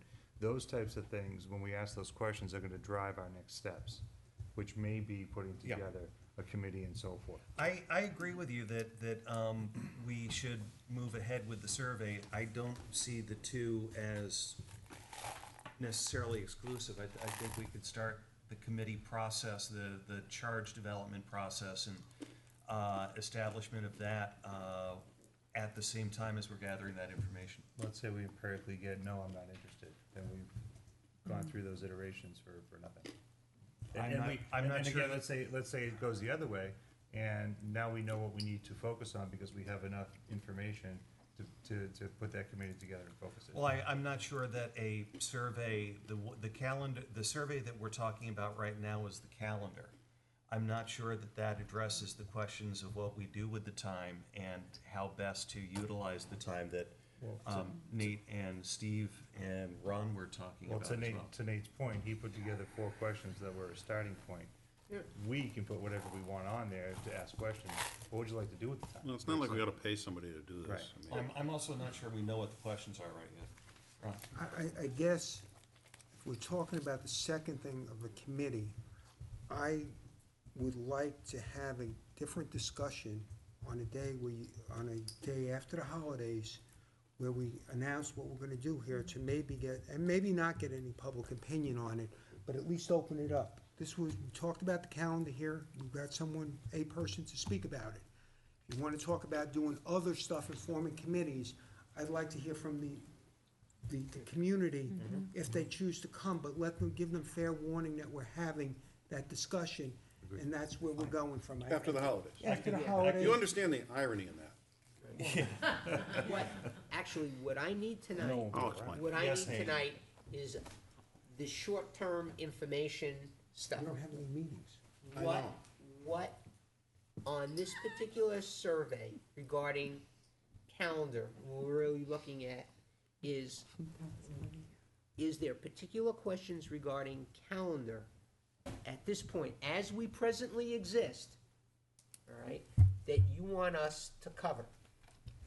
I have some. Okay, one thing, I agree, let's come back to that, but also to Ron's point, can we say that in our second regular meeting of January, we will have the discussion that Ron is talking about? That is fine with me. Ron, that agree? Or, here's the other option. Nancy, Here's Steve? the other option I'm just putting this stuff on the table. If there's a general consensus that there is not gonna be significant change in calendar for next year.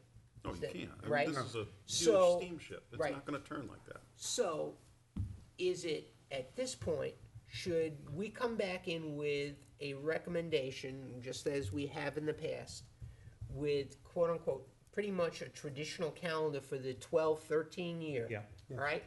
Then, in starting in January, we can have a discussion here in a much broader context.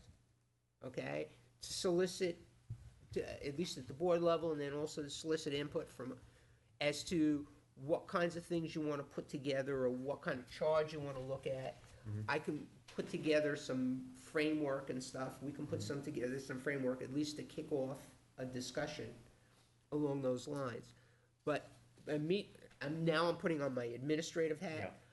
My immediate concern is, because I'm gonna start getting phone calls very soon, when is vacation next year? What day is school starting? When is the winter break? Okay, I'm gonna get those right away. Do we have a consensus that next year's calendar is gonna be what we call the traditional calendar? Absolutely. Okay, that work for you?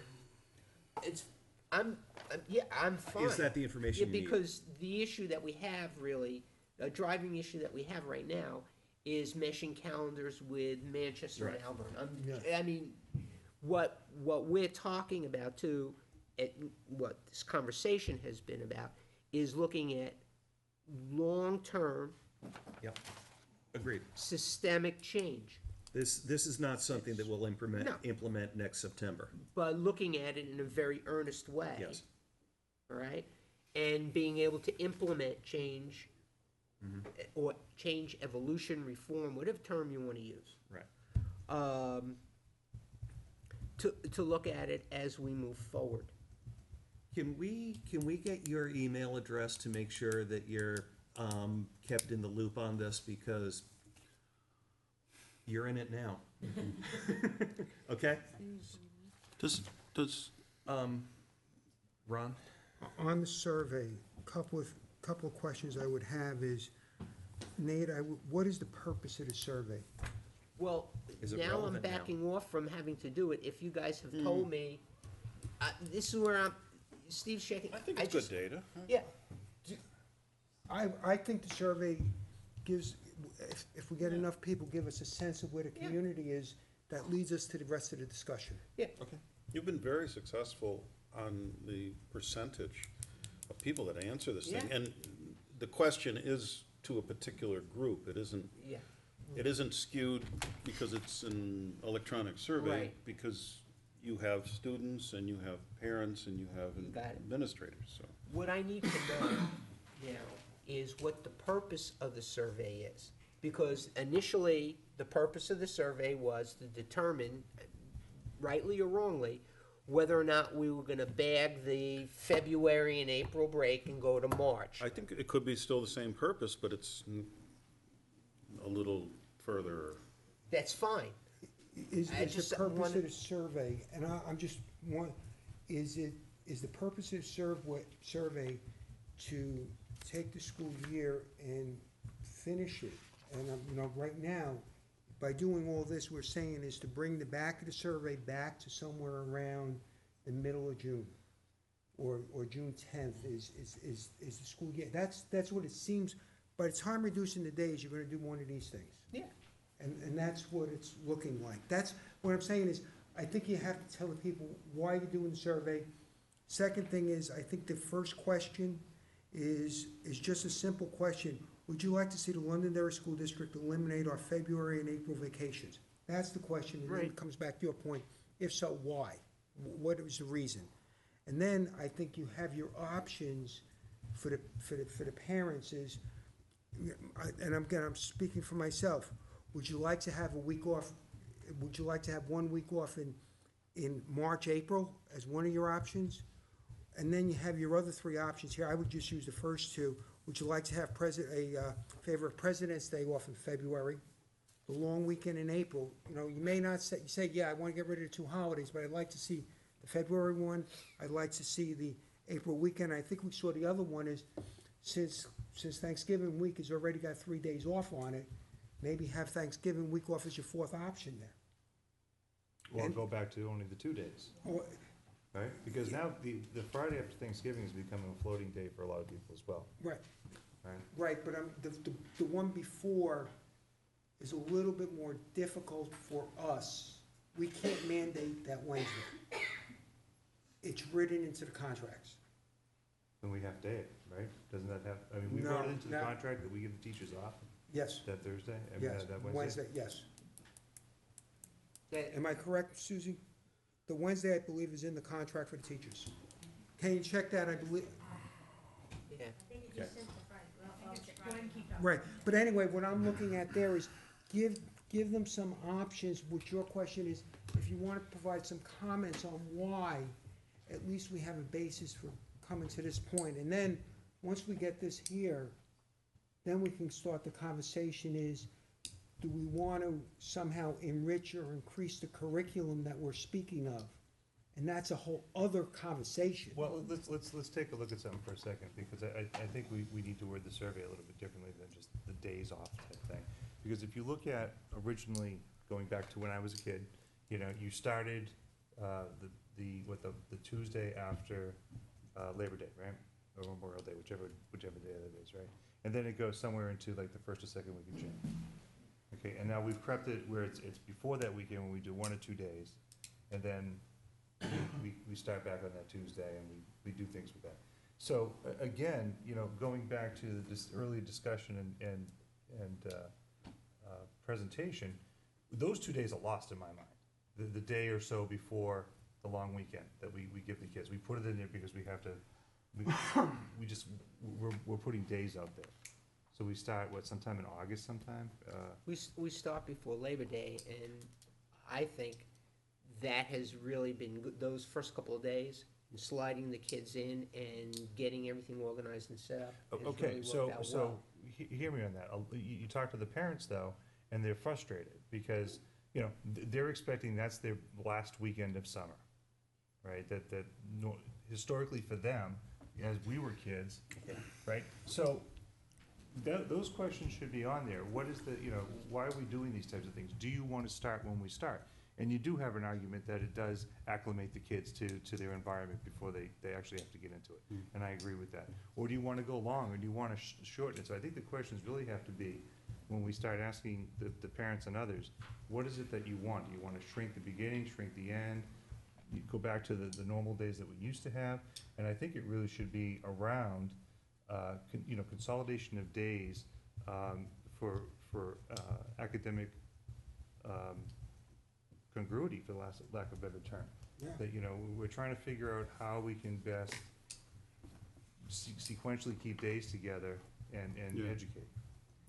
I think Right. that's the It's support. almost, it's That's- almost. that's a it's- very good point. That's exactly what It's you're doing. almost like a mill, or it's almost like Stonyfield yogurt, where you get a process going, You stop. and if you stop the process, it takes forever to get it going Okay, you're not again. making yogurt, you're making sour cream. And, and that's, I think, the students, I mean, I'm not there with them, I see it, but, Implicit, I'm sorry. no, that's all right. I just, the amazing thing to me, Nate, is no one ever calls you asking what days they're going to go to school.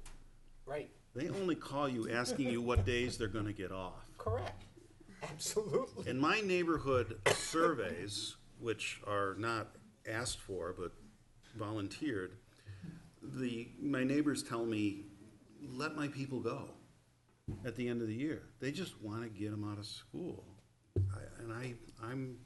I'm frankly baffled. And, it's. I want to know what you're teaching them, not what days you're giving them off. And what you're gonna find, we're gonna, just my educated guess, we're gonna get a mixed bag back. Yeah? Oh, yeah. On the You're never side. gonna make anybody No, happy. you're gonna get a mixed bag back. There's no doubt about it. One of the reasons, and just little side things, because the demographics have changed in our country, whereas, I'm older than most of the guys sitting up here at the table.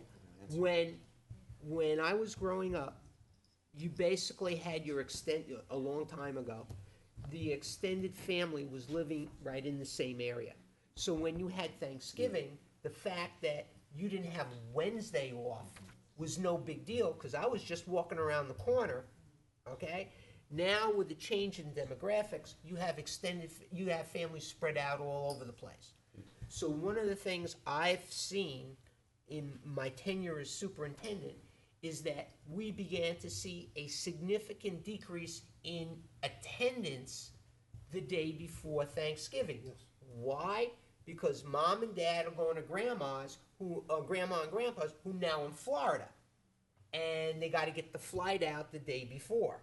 They're not going to fly out on Thanksgiving. So demographics and family structure does play a part of it. I'm just saying, here are just all the facts. Londonderry that's true, but experienced there- the same situation. But there are holidays and there are holy days.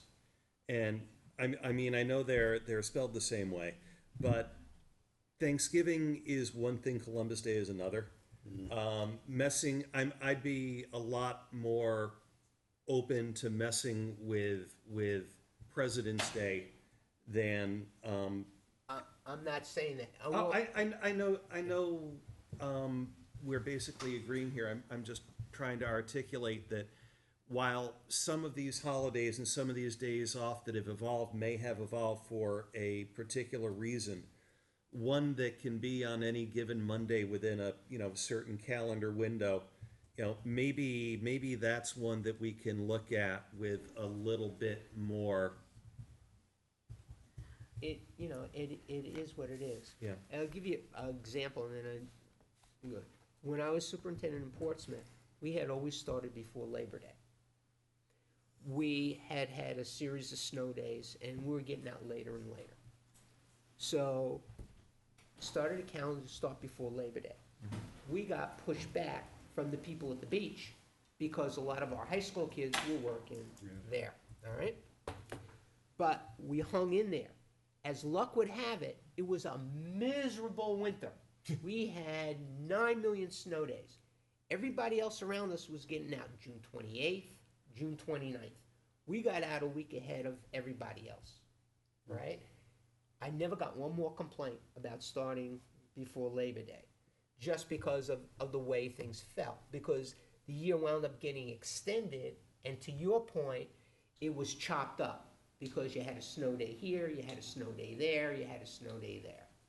So there are 9 million flavors to this ice cream sundae, and we'll wind up getting back the information, and it'll be good information. We'll take a look at it and see how we disaggregate the results and what it tells At us. the risk of being a little over the top, I think the bottom, or one fundamental question we're gonna come back to is it more important to have school on the Friday, or is it more important to have the Friday before Labor Day off, or a workable economy in the 21st century? And that, I don't want to define your survey, but I think that would be an interesting question on this, is if we do arrange the calendar, do you want that time, and unfortunately, I believe I know the answer, do you want that as time off, or do you want that as extended education? Right. Right. I think Susie has an answer. Yeah, I don't know that we want her answer. I know. It just says under Article 11, teacher work year, it just says that the recommended calendar will provide a teacher work year of 187 days, and it's to start no earlier than 2 weeks before Labor Day and end no later than June 30th. So that's all I it take back says. what I said. We don't have that in there, okay, my mistake. Alrighty, have we covered what we John, need to I think cover Nancy for, was- I'm sorry? Who was waving? Me. Oh, I'm hi, Nancy. waving. I think somehow, some way, what I would like to see woven into this survey is the perspective of those of us who work in the corporate world and managing days off with a quote-unquote corporate schedule. Because I can tell you right now, as a working mom, and my husband works full-time, it can be a nightmare, Nate. It can be a nightmare.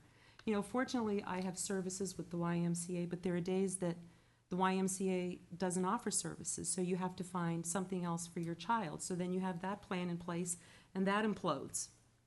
And I know I'm not the only one. You know, babysitters get sick, they call in, you know, parents are left with nothing or very few choices for their kids when school is not in session. So what I would like to see built into this survey, somehow, some way, is, you know, how does your corporate schedule or your work schedule impact how you feel about changing a school calendar? November, for example, for working people in quote-unquote corporate America is a nightmare, an absolute nightmare. There's not a business that I know of anywhere that offers Wednesday off before Thanksgiving that I know of.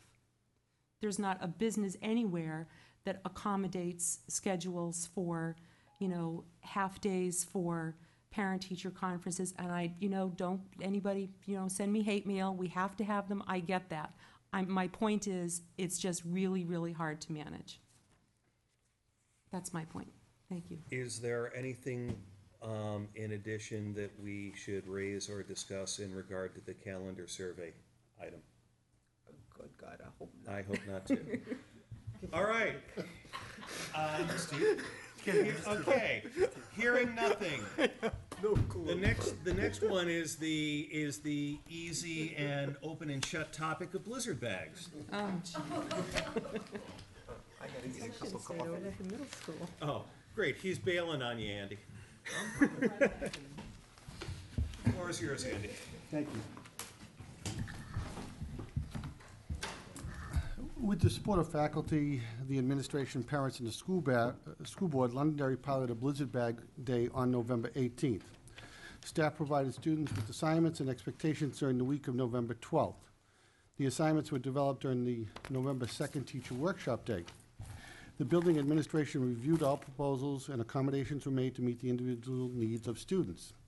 Assignments were collected and graded on Monday, November 21st. Some extensions were granted to families who were traveling for the Thanksgiving holiday. I'm shocked. I just want I'm that. shocked. I thought I should note that. Teachers provided their building administrators with the percentage of students who had completed the assigned work. The district determined the overall participation rate at 93% and approved the Blizzard Bag Day as a makeup.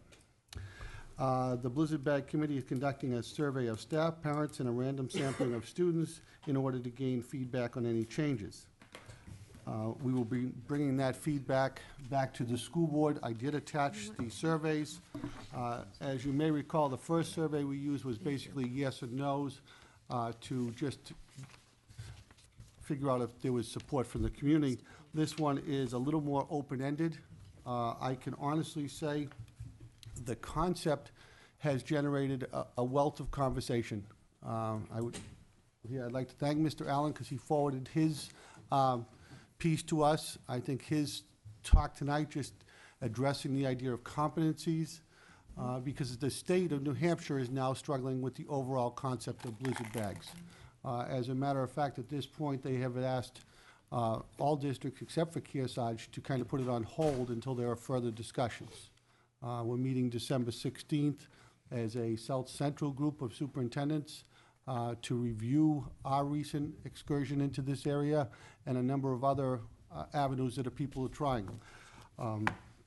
Just participation level by different groups. We had a 90% participation level at the high I think we school. gotta stop. Yeah, I'm sorry. I heard that too. I think you need to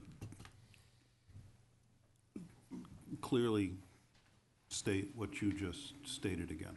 Sure. Because that's a game changer.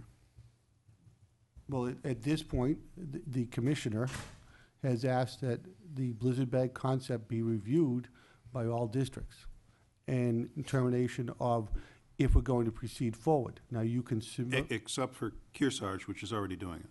That's correct. So is that commissioner telling us to stop it? Does that commissioner understand that this district and every other district that's trying to test this type of thing out has spent thousands of hours to determine and test and see what we're going to be doing with this? So now they say, stop. Do they understand how much money it costs for us to do that? And are they going to compensate this district for that cost? I'm sorry, excuse me, but. Are we being told that we cannot do this? We've gotten credit for the Blizzard Bag Day that we had. Yes. The state's contention presently is that a Blizzard Bag Day cannot be done proactively the way we did it, but must occur during the day of the snowstorm. Do they have their head in the wrong part of their body? And you can send that quote up to the commissioner. If she wants to come down here, we could talk about it. Can you ask the commissioner to come in here and talk to us, please? Yeah, that one there, when we can take a day, plan it, make it part of the curriculum, and make it a worthwhile day to get the work done, I cannot believe the commissioner cannot see the value of that. Right. Well, she may have to retire. No. What the commissioner did was supported the day that we had. What the state is doing is basically saying, all right, we've got to take a look and review what the concept is before we continue to move forward. I think we have a very strong argument for the manner in which we've put it forward. So that forum is still available to us. It's not a strong argument. It's a strong model for how the rest of the state should do it. Well, I, for one, have had about enough of listening to the state telling us, you will do this, we're not gonna pay for it, you won't do this, even though it's better for you. I thought this was gonna be an easy meeting. I Yeah, thought so me too. too. I thought we were gonna get out of here early. Well, Never works that way. I'm all for that. Let's talk about school funding. Somebody Yeah, really. Do you like my quotes today? I thought I Yeah, thought it was who pretty can we good. sue? Seriously, can you ask the commissioner for an audience, maybe we can come, have her come in and speak with us, please? See if about this? Senator Carson can stop by that Yeah, night too. that'd be, I think that'd be a good discussion to have, because we have, we're well on our way with this. Maybe 'Cause Channel 9. Andy's argument, which I think was an excellent one, was basically the model in which he put the Blizzard Bag stuff together is philosophically consistent with the state's push for extended learning opportunities. Right? And That we even was- talked about that. Said, let's do one Blizzard Bag Day against, and let's do one Blizzard Bag Day as an extra. Right. So it made perfect sense to us. So, when you talk about tipping things a little bit, sometimes people don't like to get tipped. Yeah, but it's generally a sign that you're doing the right thing. Yeah, I kind of think so. So anyways, I'm sorry, but Me too. I'm sorry, Andy. Yeah, me too. Sorry, you were guys. saying. Nope, no, That's big, that's not. Yeah, I would say at this time, the discussions that are taking place are very valuable. And just as Mr. Allen brought up the idea of using it for competencies, which I personally hadn't thought of, I think the more discussions around this topic that we can have as a district and as a state and a group of districts, the better we can make this for kids. I definitely believe the concept is moving us in the right direction. I do know from the parent standpoint, we have a parent survey up right now, but we also, parents were kind enough to take some time and email me some of their thoughts on it. And one of the things that we struggled with was miscalculating the time. And most of that, as I think the high school students told me that I spoke to and got emails from, because the kids were great as well, was because the high school is not in a grade level setting or a team setting like the middle school, each of the 5 board members developed a blizzard bag that they felt was very appropriate for their class. But what happened now is we had a regular Thursday night, which most teachers give homework, and then our blizzard bag was on a Friday. And some teachers miscalculated on the side of being very rigorous, which is absolutely what we had talked about as a district to roll this out. And as a result, as happens in some houses, including my own, some older students don't necessarily decide to do things on Friday. Maybe they like to sleep a little later than we would like as parents. And I think part of it was a unintended lesson, but a great lesson also on time management. Because now it was Sunday night, and these were not something you could just get through. So that was the biggest problem. Some in cases were worried it was too easy, some it was much too difficult.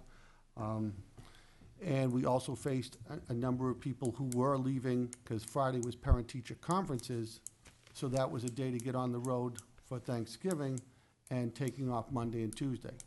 And I know a number of staff members who accommodated receiving work later and things like that. I'll give you an example, because Mr. Iarocci is sitting here. I thought it was a tremendous assignment. He wanted the kids to understand what it was like to be at Valley Forge. Well, they basically had to go, I asked them to go out and, I was trying to be very clear that this had to be done on a Friday because you were supposed to be in school doing your work. For me, it was, you needed to go out and kind of make a map of your yard and a little bit of the surrounding neighborhood. And, you know, we incorporated math, we incorporated English because they came in and wrote about the experience. The Valley Forge one actually, I think, is on a different team. Okay. But, you know, we had kids who were taken off early for vacation, and I suggested to Andy, I said, well, if that is an assignment that should be done on Friday, as we had laid it out, then that assignment should be either be able to email to me or dropped in the regular mail to me, so we got that prior to them departing. And because, you know, kind of the way we had rolled this out, we allowed some of the students to turn that back in. I'm only since this was brought up. I mean, the fact that we're having a conversation that says on a Friday when it's parent conference day, people are leaving early to take a vacation for a holiday that's 4 or 5 more days out is the root of the problem, I think. It really is the root of the problem. As an educator, I'm sitting there going, oh, my God. I get, you know, I begged 16 people to come to meet with us to have parent conferences, and we have discussions about how doing the homework's a chore with my kid on a Saturday, and I got to get on the road for this vacation. It disturbs me quite a bit as a teacher. I'm sitting here listening to you and Kafa, and it's amazing. Kafa, you're talking about all the things you're doing, all the classes you're taking, we mentioned the scholarship you were getting, the additional classes that you'd like, and then we come to Steve and he's talking about students who figure, okay, if it's a parent-teacher conference day. John, I'm sorry, but don't forget, and CAFA wants to make sure we keep the holidays, so Right. she can do homework and study Right. for the. But it's a conference day, During so the that's holidays. effectively a day off from school, so I can blow out of here. So we'll just take Monday and Tuesday off, and if there's a consequence, well, there shouldn't be because it's my right. Well, But I just wanted to I'm get back to amazed. Andy for a second, is that I agreed with Andy in saying, because this is, we're rolling this out for the first time, and the timing was such, we have to make some allowances. But I just can't help but circle back to say, until as a community in a society, we decide that education is where we start, and all these other things have to fall under that. I mean, that's why we're having these discussions, you know? It bothers me a little bit. I've tried not to say anything today, I'm sorry. Well, conference day, if you've talked about conference day, there was actually a bunch of us, like I said in my report for student council, we were at the school serving teacher tea cards till about 3 o'clock. So I got home that night and then that's when I started my Thursday night homework, and I started my blizzard bag, like tried to start the next day. But that was my big issue. But I actually did take off. It was once my parents took us to Disney for the first time, like 15 years I think we went. And we took off those 2 days before Thanksgiving, and I spent the whole Thanksgiving, I spent that time in Disney doing work. Like, I come home midnight, and I sat down, I did my work for a couple hours, and then I went to bed, got up the next morning, do it all again. So, I mean, looking back on it, it was very tiring, but, I mean, for me, I just kind of bit the bullet, so. Did we mention that she's the BU trustee Yeah, I was scholarship just nominee? thinking the same thing. Did that come up at all at this point? I was thinking earlier while you were talking, but I guess I need to say it now.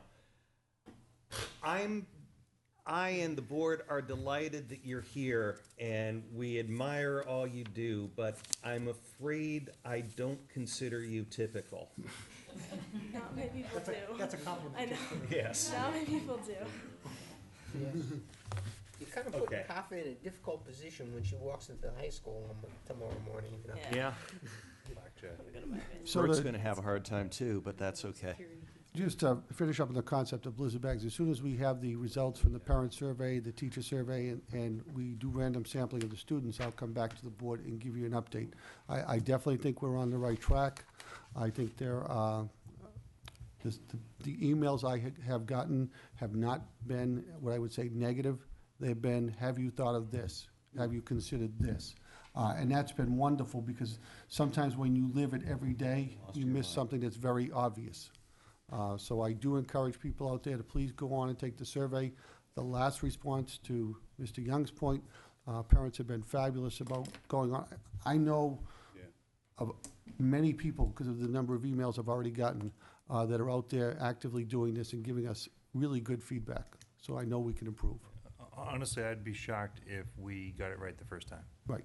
You know, Right. and getting the continuous feedback and the improvement loop is exactly what it should be. Right. And going back and saying that this may be stifled at this point because we're being told to stop is absolutely ludicrous. It really is.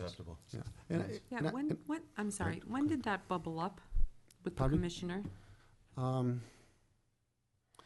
We did our proposal and were approved. I received a number of correspondences from colleagues across the state. Would I share our proposal? So I'm guessing what happened is our proposal may have been then utilized. I guess the best way to describe it was that we received an exception to the rule on blizzard bags. What's fair is fair. Yep. Is the original concept or guidelines they had for the blizzard bags was that they are to take place on the day of the snowstorm. Right, okay, I right? get that. So when our proposal, or the proposal Andy worked out, was approved, it was kind of, well, you really didn't follow the rules, and we really have to look at this. Because it was, in a sense, it was we decided we'd step outside the lines because we thought it made more sense. All right, and we had that opportunity because of our little power outage for 4 days. 5 days. To take advantage of the fact that we could bring the teachers in, we could do it, and we can make it curriculum specific, and we knew the date. And Andy's idea of playing it forward was just fantastic. It worked out real well. So when we let the state know this is what we were doing, they had a little bit of concern because it didn't follow the guidelines for blizzard bag days. And since we're the school district with the lowest dropout rate and the highest number of students going to college, that's So obviously can't be right. Right. And below average spending and all that kind of stuff. So we pleaded our case. The commissioner granted us the day. So now what we're in the process of doing, will be in the process of doing, is continue to offer guidance is the wrong word, to put forth our proposal and say, our proposal is as valid, if not more valid, than the existing setup. So Andy is going to be presenting to the South Central Superintendent's Group, and there's also a representative there.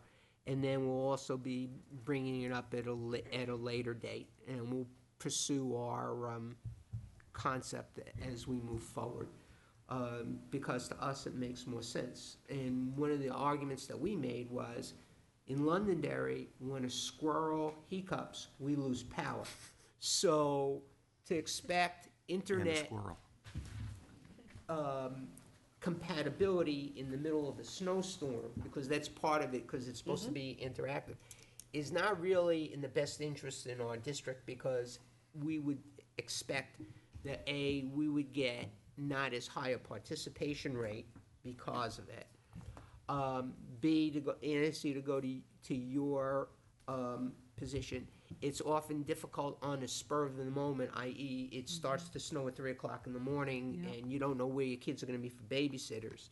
As opposed to, we're designating September 16th as Blizzard Bag Day. Gives you plenty of time ahead to plan. The teachers' blizzard bags are consistent with the curriculum and follow through. So it's not like we're picking up some topic that we can plop in either in January or February or March. Right. This one is consistent with the program that's going on. So the stuff that Steve did is consistent with the curriculum that he's working on with the kids. The same thing at the other levels, as well as, which we thought was a really good thing, the ability to modify some of the blizzard.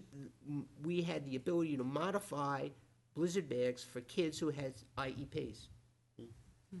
All right, and so we involved, if memory serves, OTs and PTs, so that there were some students that in their blizzard bag, so we're talking about our little kids, was a cutout of a shoe with laces in it, because we had some students that still needed that fine motor skills. So part of their job was to learn to tie a bow, which for them is a good thing to do. Absolutely. It's a good activity. So it gave us that time ahead to plan. And if you buy the concept that we have been talking about earlier, which is competencies and what do you want to do, you can do competencies outside of school, you know, too, not just in the classroom. So that's our selling point. That's our story. We're sticking to it. Well, invite her to town. Push it. I guess my problem is I'm disappointed that it appears that it was thought out. Does it have to be changed, and will it be changed? Yes. Here's a concept that was thought out. If the commissioner was back in the classroom, she'd probably be on the other side of the aisle on this one. And that's the part that's disappointing, because I thought she was a reasonable person when I met her. This is what I have to say. The commissioner has been supportive of us. You have to understand that there were guidelines in place. She made an exception for us. So do I think there is the possibility that we can continue to move forward? The answer, I think, is yes. Okay. Yeah, but the fact that they put the whole state on hold, that's scary. Yeah. Yeah, that's wrong. I hope it gets worked out. Yeah, I'm sure it will. Okay. it's a big ship. I said that earlier tonight. This is a huge ship. You cannot, the ship it takes some time to turn. Too bad we're, what, the 7th smallest in the country? What's, anything else? At some point during this, I know Nate has something else, but on the bottom of the library media presentation, there was a note from Mr. Cohen to talk to the board about the hybrid position. I didn't know when you wanted to do that. Why don't we get through the next topic? That's fine. On this, why don't we get through the superintendent's report, then we can loop back, do deliberations, and do that under deliberations. Thank you. Okay. Nate, you're up. All right. Snow day makeup day. We had, a couple weeks back, we had mentioned the possibility of using primary day, which we had scheduled as an off day, as a snow makeup day, which would allow us to pick up 2. Legitimate concern was raised regarding parking.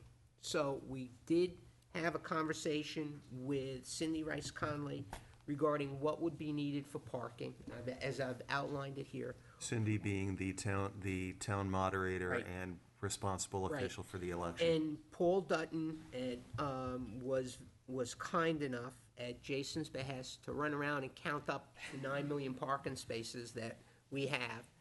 And based on Paul's analysis, okay, based on Paul's analysis and what Cindy needs for parking, we believe that we could have the makeup day on January 10th not impact the voters going in. We've identified the number of spaces that we would have. We make sure that the kids were well aware. The rec courts would give us an additional 100-plus spots. Matthew Thornton, 40-plus spots would also be available. And we also have open plateau spots. Based on the high school's analysis, they think we'll have plenty of parking. We'll have parking for staff and students. This would allow us to pick up that second snow day. So we'd pick up by January 10th, we would have picked up 2 of the days that we lost. Will we have buses running that day? Well, I was gonna say, why don't we call, instead of snow day, we call it green day, and we call it, hey, if you can carpool and take a bus. Yeah.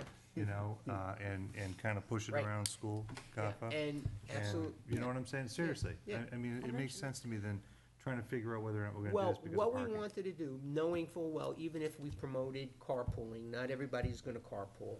And also noted that not every kid who would have driven is gonna get on the school bus. So this is our insurance policy. We got enough parking spaces, so if the normal car flow goes, we have enough parking for everybody. The high school is going to encourage kids to carpool. We'll do that, so I think we can run the day. We might have a little traffic bottleneck in the morning, but I think we'll be okay with that. We can work our way through it. Cindy's gonna have parking monitors out there. We'll have people out there. We'll have it cordoned off. You say cordoned off, is there any way, on the presidential election, they put up barricades? Yeah. But they put the barricades to keep cars from running into the school. Right. Can they put up the barricades?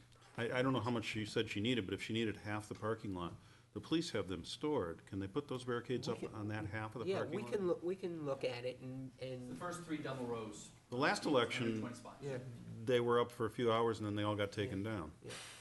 So, we The can, first, first 3 double rows, rows. which will be 120 spots. We've also asked the people holding signs outside to park to the side of the gym rather than take up spots in the front. Right. So I think we'll be okay, and then what, I'm bringing this back. Normally, we just say we're gonna have a makeup day on such and such, but because there were legitimate concerns, we wanted to bring it back. If the board's fine with it, then we can let everybody know, so people can plan ahead of time, that we'll have school on January 10th instead of being off. Did you look at the snowfall trends for January 10th? Yeah, not real encouraging. So, Opinions of the board. I just want the voters to have the spots and not have the students taking them up. Is the board comfortable with Nate's solution that would allow having school on January 10th? Yeah. Any objections, anybody? I think we're good to go. okay, good. Then we can get the word out. We will have school on January 10th. Again, Nate, I'd really like to see us push for Green Day. Yeah. Make a big effort in the schools. That's a good idea. Not to drive that day, because the backlash on that is you get some folks say, well, there's gonna be kids everywhere and I'm not gonna go out to vote. And I don't wanna have that happen either. I think if we can turn it and make it a consolidated student body effort, I think that'd be a good. Very good idea. I think that would be a good community service activity for the high school. We'll put it on Facebook. HS. We'll make it your actually, challenge, it's a- Jay. it's a Have good- bracelets made. On the flip side, we could also inform the community that there's reserved spots for Brooke has them, mine. so that they Yep. don't have to worry about that. Yep. Okay, enrollment report. All right, this is probably the least controversial thing in the whole night. Oh, watch. Good. Give us a But why shot. stop now? We're, let's see, where are we? Oh, geez, we're up 2 students from, October. Those 2 that he lost. Hey, Rich, we found the twins. So, we're looking at here, for, enrollment, of pre-K through 12, plus an added district, plus our home study, plus our adult ed, of 4868, compared to, 5,000 even last year. This time. We did see a growth of 2 students from October to November, which the growth is down compared to what it had been last year. Going from October to November last year, we used 7 students. So, but we're consistent. There we go. That's my story. The next item is deliberations. This is the collective bargaining agreement with Londonderry Education Association. My wife is a member of the association. I am recusing myself from this. John, it's all yours. Okay. I don't have the document I'm looking for. Nancy took my pinks. I might have, I'm tired. Ron, you want to go ahead and go through this? Okay. You're saying that you did most of the work with these guys? Okay, this is to inform the public that we've reached a 3-year agreement with the Londonderry Teachers Association. The contract is starting July 12th to June 30th, July 12th, 2012 to June 30th, 2015, if it's ratified by the school board and then by the community. Basics of this contract was that the steps that the teacher normally receives were split. The first 2 step was split into 2 years, so they will get half the step the first year in 2012, half the step in 2013, and a full step in 2014. So it's 2 steps in 3 years. So there's no change to the pay scale itself. It's just the steps that they would get. For the teachers that are off scale, the percentages of increase in that period of time will be for year 1 will be 2%, year 2 will be 2.25%, and year 3 will be 2.5%. The current cost of living index, when we were looking at this, was 3.5%. The cost of this contract is for the first year is $638,952. The second year is $625,061, and the third year of the contract is $1,072,945. The tax impact in FY13 is 19 cents. In FY14, it's 18 cents. In FY15, it's 31 cents. Couple of the other items that were discussed in here, just so everyone's aware of it, was there was a change to the wording in the sick bank. One of the concerns that came up was not the individual sick bank or someone getting sick, but is if a child got sick and the parents had to take care of it, they could run out, and we've had examples of parents running out of the sick time. So we are setting up a bank of 20 sick days to cover this type of arrangement. It's non-accumulative, so every year it starts at 20. If it's not used, they just go there and we start at 20 the next year. Just not 20 per person. No, this is 20 for the whole union. So we set that up, and the maximum that one person could get would be 5 days. And we set it up that way, and we thought this was reasonable based on past experience that we've seen in the cases that we've had. The other item on this is we had a significant change to the reduction in force wording. It became more specific. The last time we addressed this was, I think, back in the early or late 70s. So this kind of brings it up to date. It eliminates a lot of the certifications that are no longer in existence, added the certifications that have been put in that time, and it's defined the levels. So if a person had a degree, a teaching at an elementary school, and there was a rift, you wouldn't be able to go up to the high school and teach. Some cases yes, some cases no, but we did it on the academic areas. There was a lot of work put into that, and that kind of set the scale for how we would do any reductions in force in the future. Basically, I think both sides negotiated in good faith. I think it's a reasonable agreement. I think the two steps in 3 years is a significant change. This is the first time that I've ever seen one of this in the contract. And having the cost of living for the people off scale is below that. The other item that happened here also is that all future hires, we have what we call a Bachelor 30 scale. Bachelor 30 scale, you have your Bachelor 15 credits, and your Bachelor 30 credits. On the Bachelor and the Bachelor 15, once you reach the top step of the scale, you would not go off and receive any additional money. You would be stuck at that step. What we did is we negotiated that on the Bachelor 30 scale. Once you reach that top step for all new future employees that start July 1st, 2012, they will not be able to get off the scale. They would have to go over to the master's degree.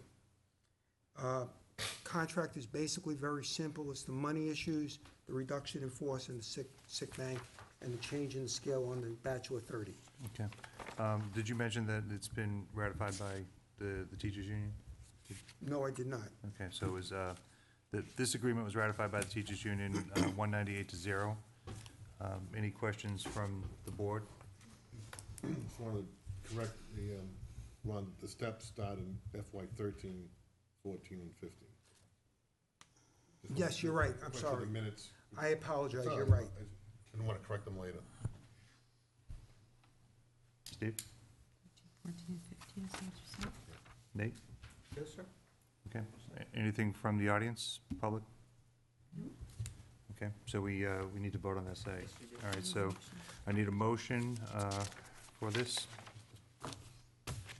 Ron? Ron? It's your thing. I'm sorry, I apologize. I make a motion that we accept the negotiations on the teacher's contract that we had just previously mentioned, with a cost of the first year of $638,952, second year $625,061, and third year $1,072,945. Second, okay. Nancy, second, discussion? Could I just, Yep, please. and you may Nate? want to amend your motion to have it placed on the warrant for Oh, vote. we have to move it. Yeah. That's right. Okay, I make amend the motion to be placed on the warrant for a vote. Second. Okay. Second by Nancy, discussion? Seeing none, all in favor? Aye. Aye. Opposed? Okay, that's 4-0. Correct. And 4-0-1. 4-0-1. John did not vote. Okay. John, you want to take the floor back? Okay, Andy, I think you have one more item?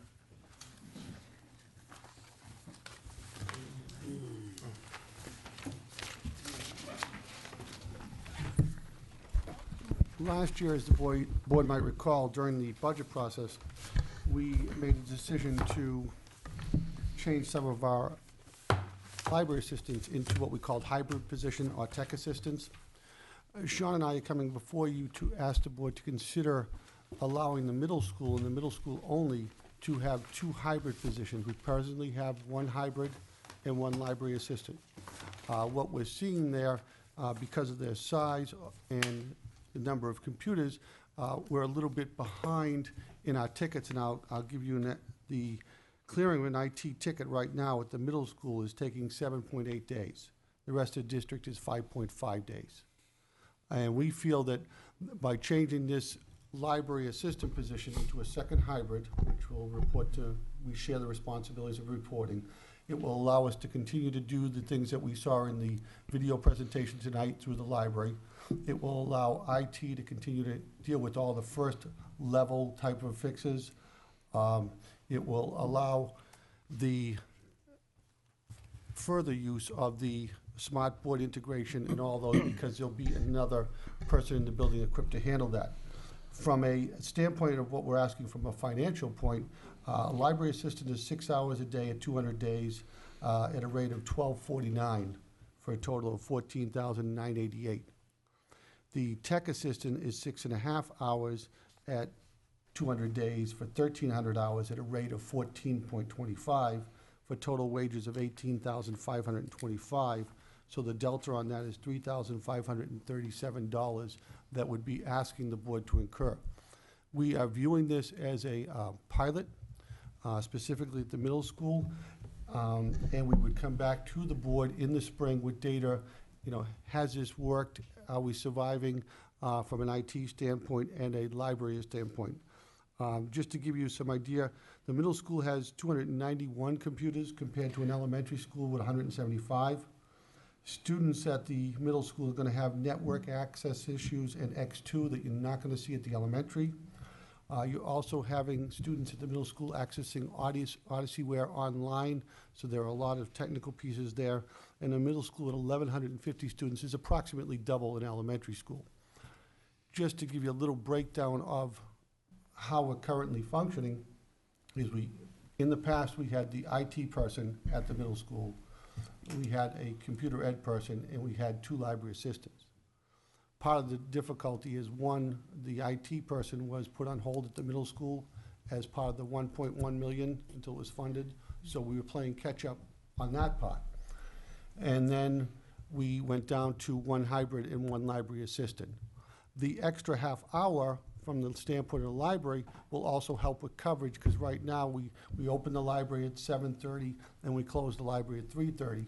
But at some point during that day right now, we have the tech assistant coming in early to get all the machines out and get everything up and running for the day. So if you're a student who's in the library from that 2:30 to 3:30 and you have a technical issue, our librarians will assist you, and the library assistant will assist you, but there isn't that person who is the hybrid that focuses more on the IT side. Sean and I brought this to the tech committee last night. There was a lengthy discussion on it. That's why we came back with some of our data. And as far as the reporting and the accountability, all the librarians and the hybrid positions provide Sean and I both monthly memos. And to give you, I have an example that I can, let me give you a couple more.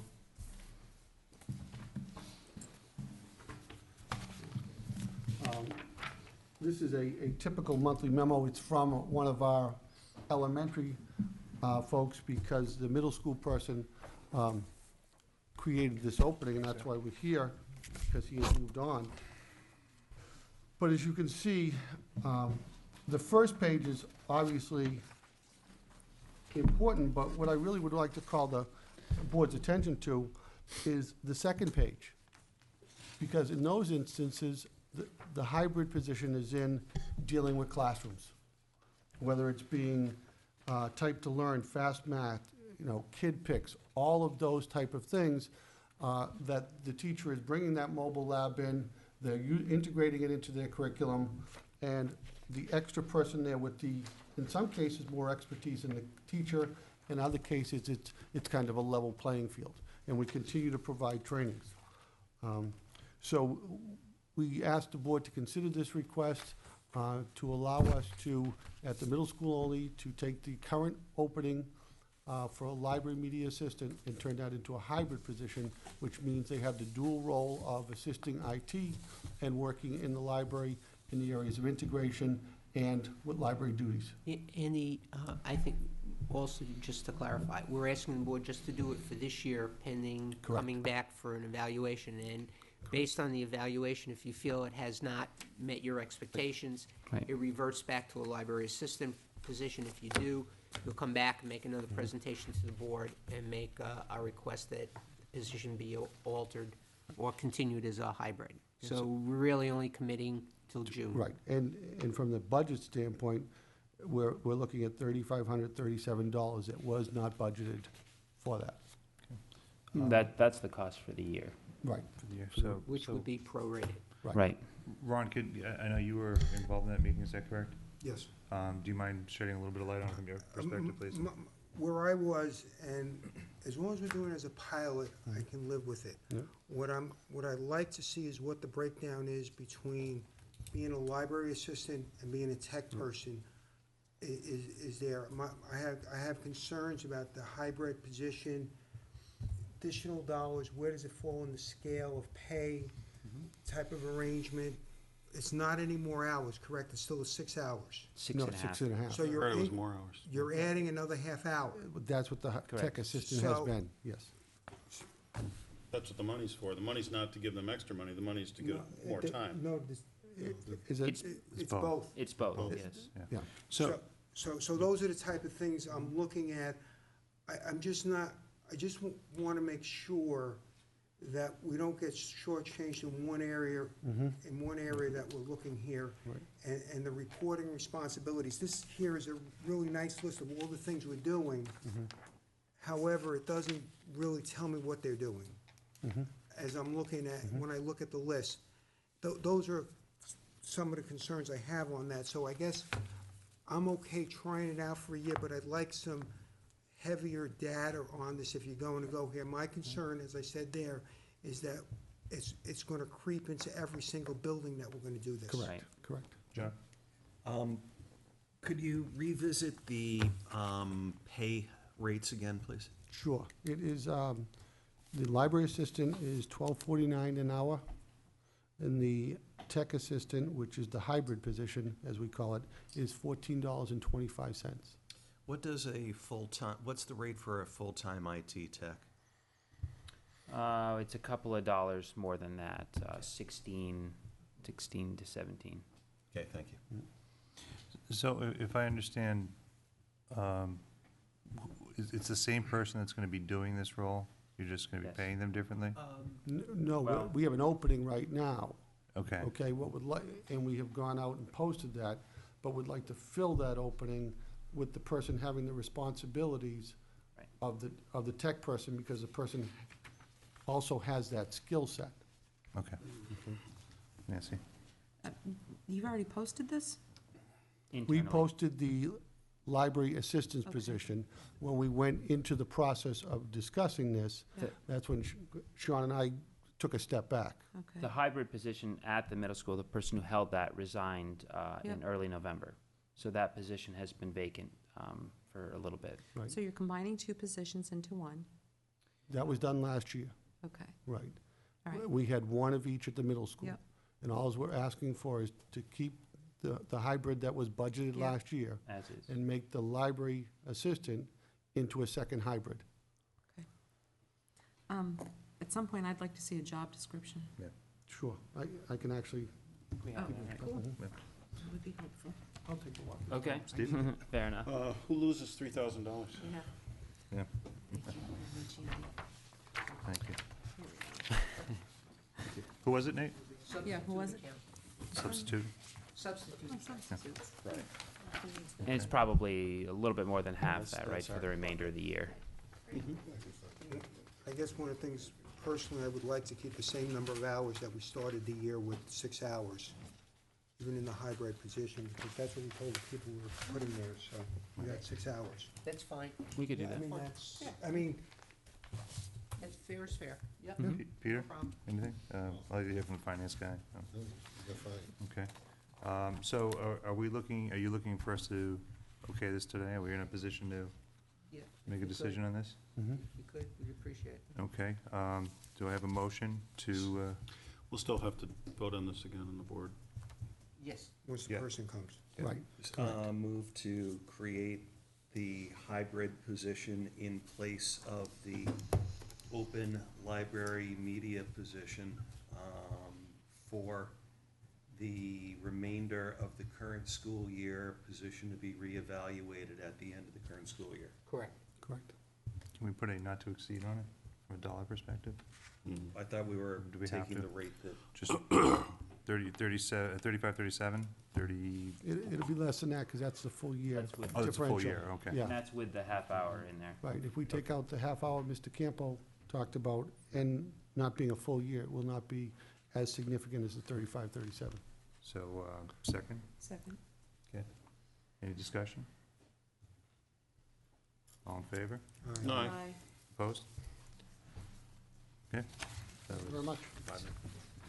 That was easy. And I think that concludes our, There was something that Andy wanted to bring up. that was it. That's what it This was. was Is it? This was it. Make a motion, we go into non-public under RSA 91A:3, Section 2B. Need a second? Second. All in favor, this is a roll call vote? Aye, Steve. Aye. We are now in private session.